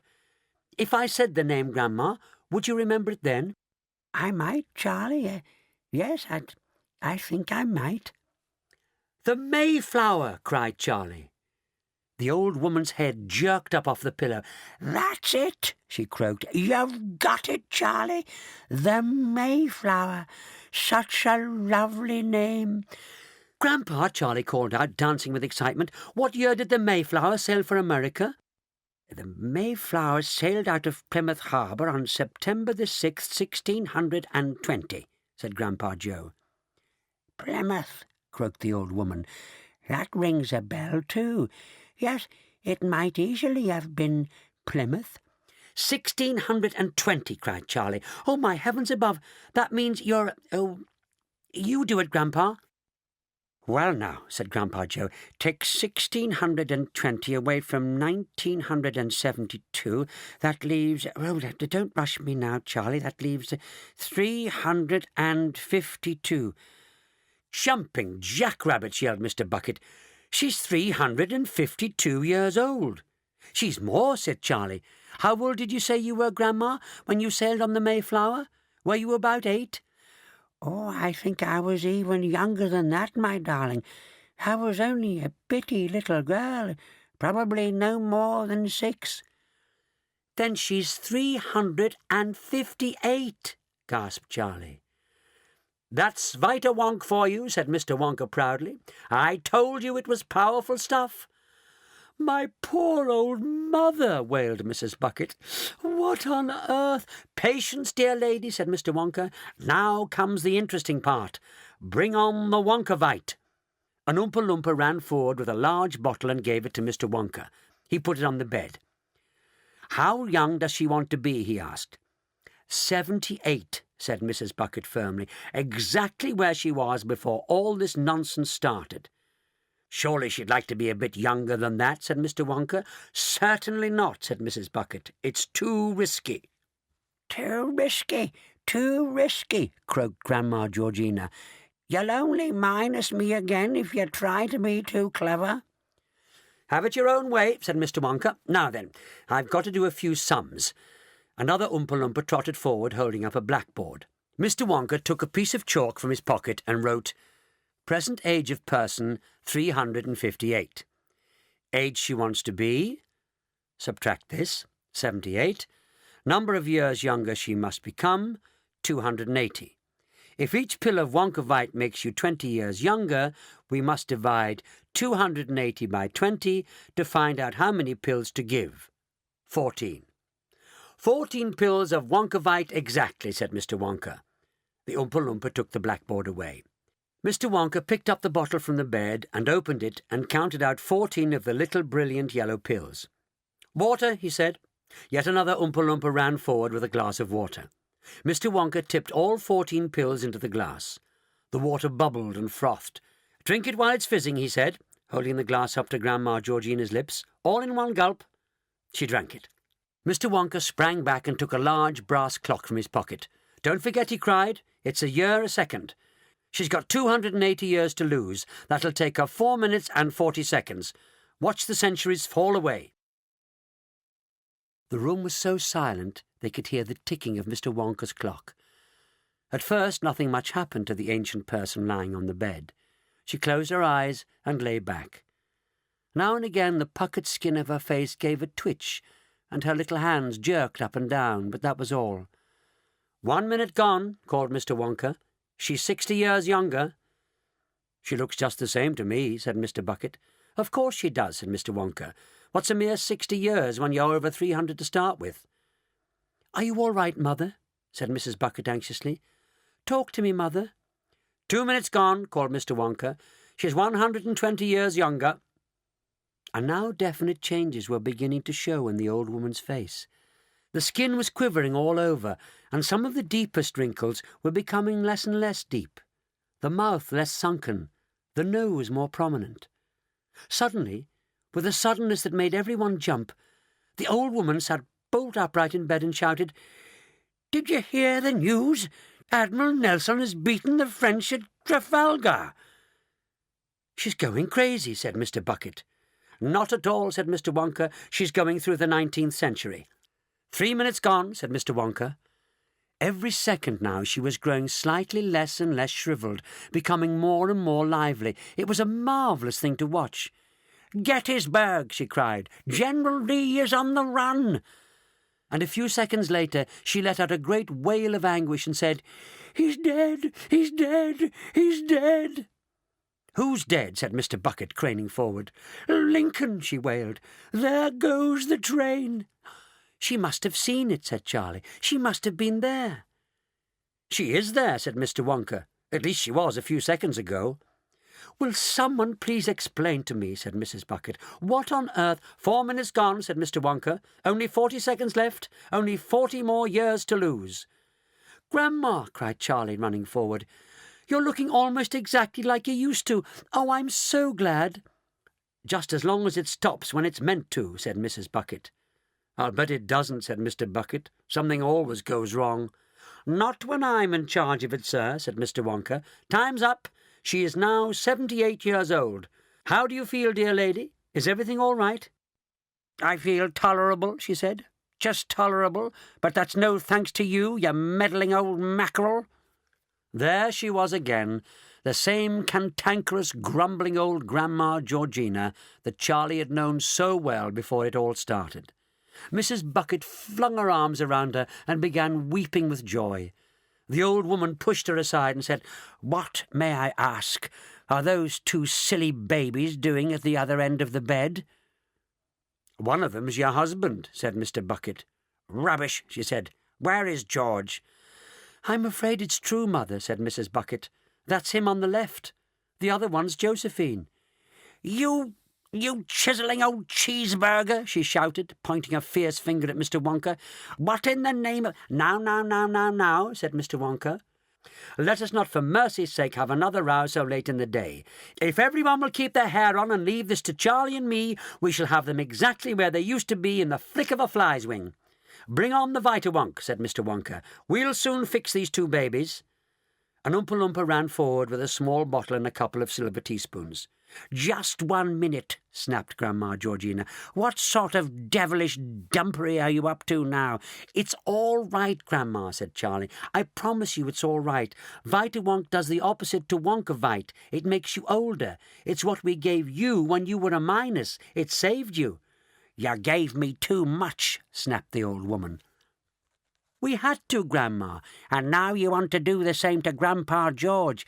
"Of course we don't," said Charlie. "I finished up 358 years old," she went on. "What's to stop you making another little mistake and giving him 50 times more than you gave me?" "Grandma," Charlie said patiently, "with you we had to use a spray because you were a minus. You were a ghost. But here Mr. Wonka can—" "Don't talk to me about that man," she cried. "He's batty as a bullfrog." "No, Grandma, he is not. And here he can measure it out exactly right, drop by drop, and feed it into their mouths. That's true, isn't it, Mr. Wonka?" "Charlie," said Mr. Wonka, "I can see that the factory is going to be in good hands when I retire. You'll learn very fast. I'm so pleased I chose you, my dear boy, so very pleased. Now then, what's the verdict? Do we leave them as babies, or do we grow them up with Vita-Wonk?" "You go ahead, Mr. Wonka," said Grandpa Joe. "I'd like you to grow my Josie up so she's just the same as before, 80 years old." "Thank you, sir," said Mr. Wonka. I appreciate the confidence you place in me. But what about the other one, Grandpa George?" "Oh, all right then," said Grandma Georgina. "But if he ends up a caveman, I don't want him in this bed any more." "That's settled then," said Mr. Wonka. "Come along, Charlie. We'll do them both together. You hold one spoon and I'll hold the other. I shall measure out 4 drops, and 4 drops only, into each spoon, and we'll wake them up and pop it into their mouths." "Which one shall I do, Mr. Wonka?" "You do Grandma Josephine, the tiny one. I'll do Grandpa George, the 1-year-old. Here's your spoon." Charlie took the spoon and held it out. Mr. Wonka opened the bottle and dripped 4 drops of oily black liquid into Charlie's spoon. Then he did the same to his own. He handed the bottle back to the Oompa Loompa. "All set, Charlie?" "All set, Mr. Wonka." Charlie moved around the bed to where the tiny sleeping baby lay. He placed one hand behind her head and lifted it. The baby awoke and started yelling. Mr. Wonka was on the other side of the bed doing the same to the 1-year-old George. "Both together now, Charlie," said Mr. Wonka. "Ready, steady, go! Pop it in." Charlie pushed his spoon into the open mouth of the baby and tipped the drops down her throat.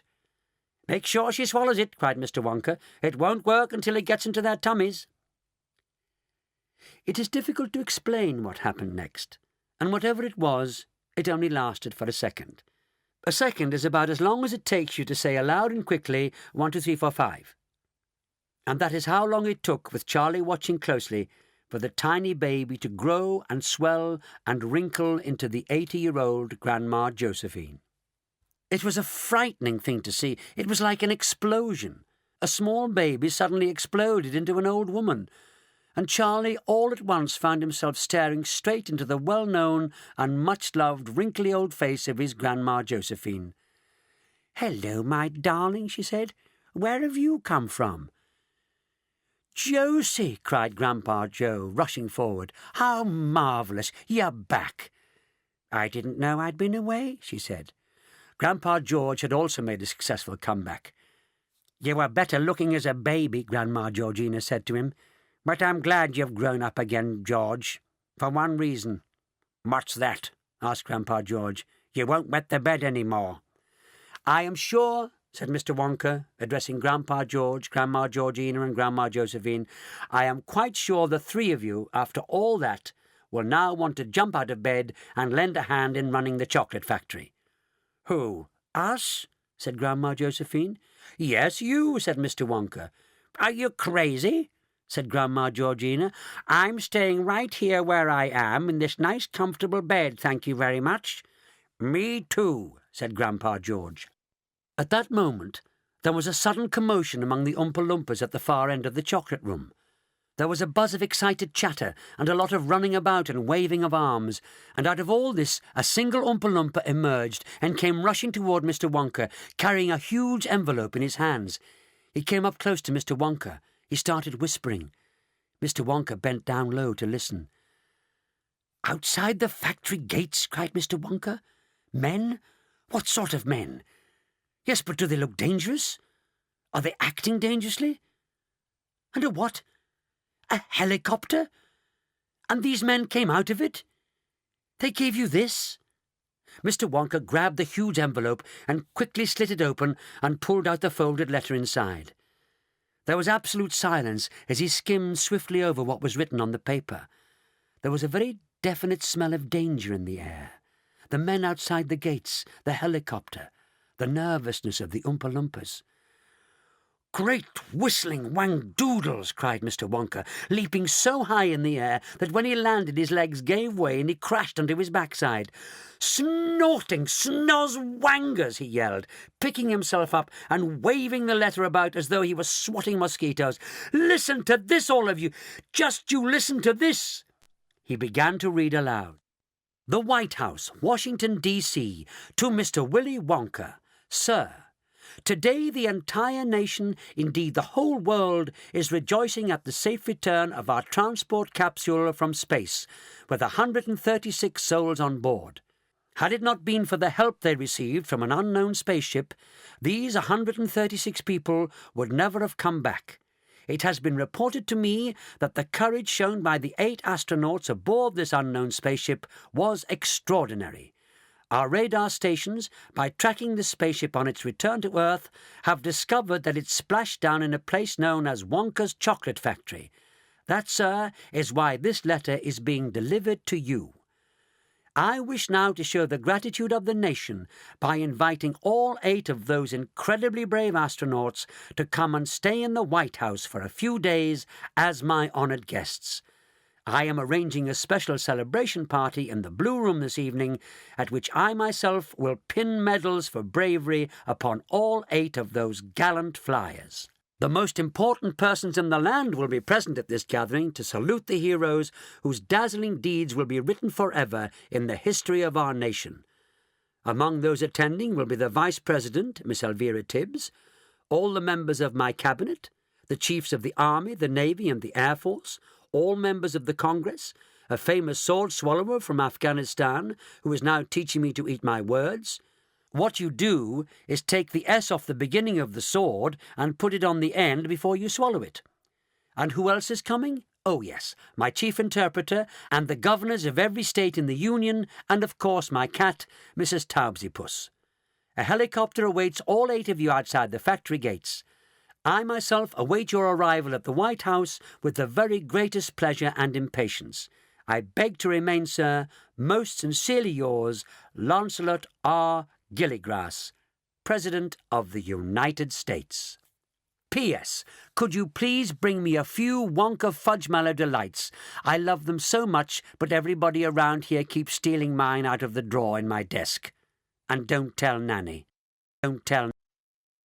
Mr. Wonka stopped reading, and in the stillness that followed, Charlie could hear people breathing. And there were other things too. There were so many feelings and passions, and there was so much sudden happiness swirling around in the air, it made his head spin. Grandpa Joe was the first to say something. "Yippee!" he yelled out, and he flew across the room and caught Charlie by the hands, and the 2 of them started dancing away along the bank of the Chocolate River. "We're going, Charlie," said Grandpa Joe. "We're going to the White House after all." After a minute or so, Mr. Wonka clapped his hands for attention. Come along, he called out. "We mustn't dilly, we mustn't dally. Come on, Charlie, and you, sir, Grandpa Joe, and Mr. and Mrs. Bucket. The helicopter's outside the gates. We can't keep it waiting." "Hey!" screamed Grandma Georgina from the bed. "What about us? We were invited too, don't you forget that." "It said all 8 of us were invited," cried Grandma Josephine. "And that includes me," said Grandpa George. Mr. Wonka turned and looked at them. "Of course it includes you," he said. "But we can't possibly get that bed into a helicopter. It won't go through the door." You mean if we don't get out of bed we can't come?" said Grandma Georgina. "That's exactly what I mean," said Mr. Wonka. "Keep going, Charlie," he whispered, giving Charlie a little nudge. "Keep walking towards the door." Suddenly, behind them, there was a great swoosh of blankets and sheets and a pinging of bed springs as the 3 old people all exploded out of the bed together. They came sprinting after Mr. Wonka, shouting, "Wait for us! Wait for us!" It was amazing how fast they were running across the floor of the great chocolate room. Mr. Wonka and Charlie and the others stood staring at them in wonder. They leapt across paths and over little bushes like gazelles in springtime, with their bare legs flashing and their nightshirts flying out behind them. Suddenly Grandma Josephine put the brakes on so hard she skidded 5 yards before coming to a stop. "Wait!" she screamed. "We must be mad! We can't go to a famous party in the White House in our nightshirts! We can't stand there practically naked in front of all those people while the President pins medals all over us." "Oh!" wailed Grandma Georgina. "What are we going to do?" "Don't you have any clothes with you at all?" asked Mr. Wonka. "Of course we don't," said Grandma Josephine. "We haven't been out of that bed for 20 years. "We can't go," wailed Grandma Georgina. "We'll have to stay behind." "Couldn't we buy something from a store?" said Grandpa George. "With what?" said Grandma Josephine. "We don't have any money." "Money?" cried Mr. Wonka. "Good gracious me! Don't you go worrying about money. I've got plenty of that." "Listen," said Charlie. "Why couldn't we ask the helicopter to land on the roof of a big shop on the way over? Then you could all pop downstairs and buy exactly what you want." "Charlie," cried Mr. Wonka, grasping him by the hand, "what would we do without you? You're brilliant. Come along, everybody. We're off to stay in the White House."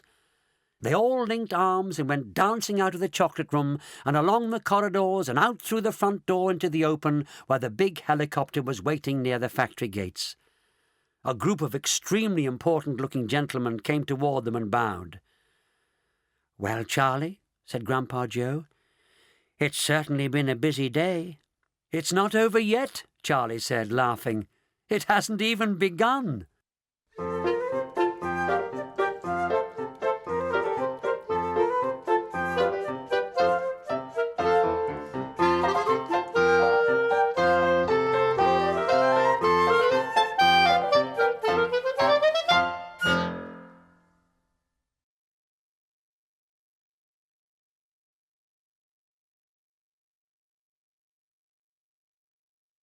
This audiobook was produced and published by Penguin Books Limited.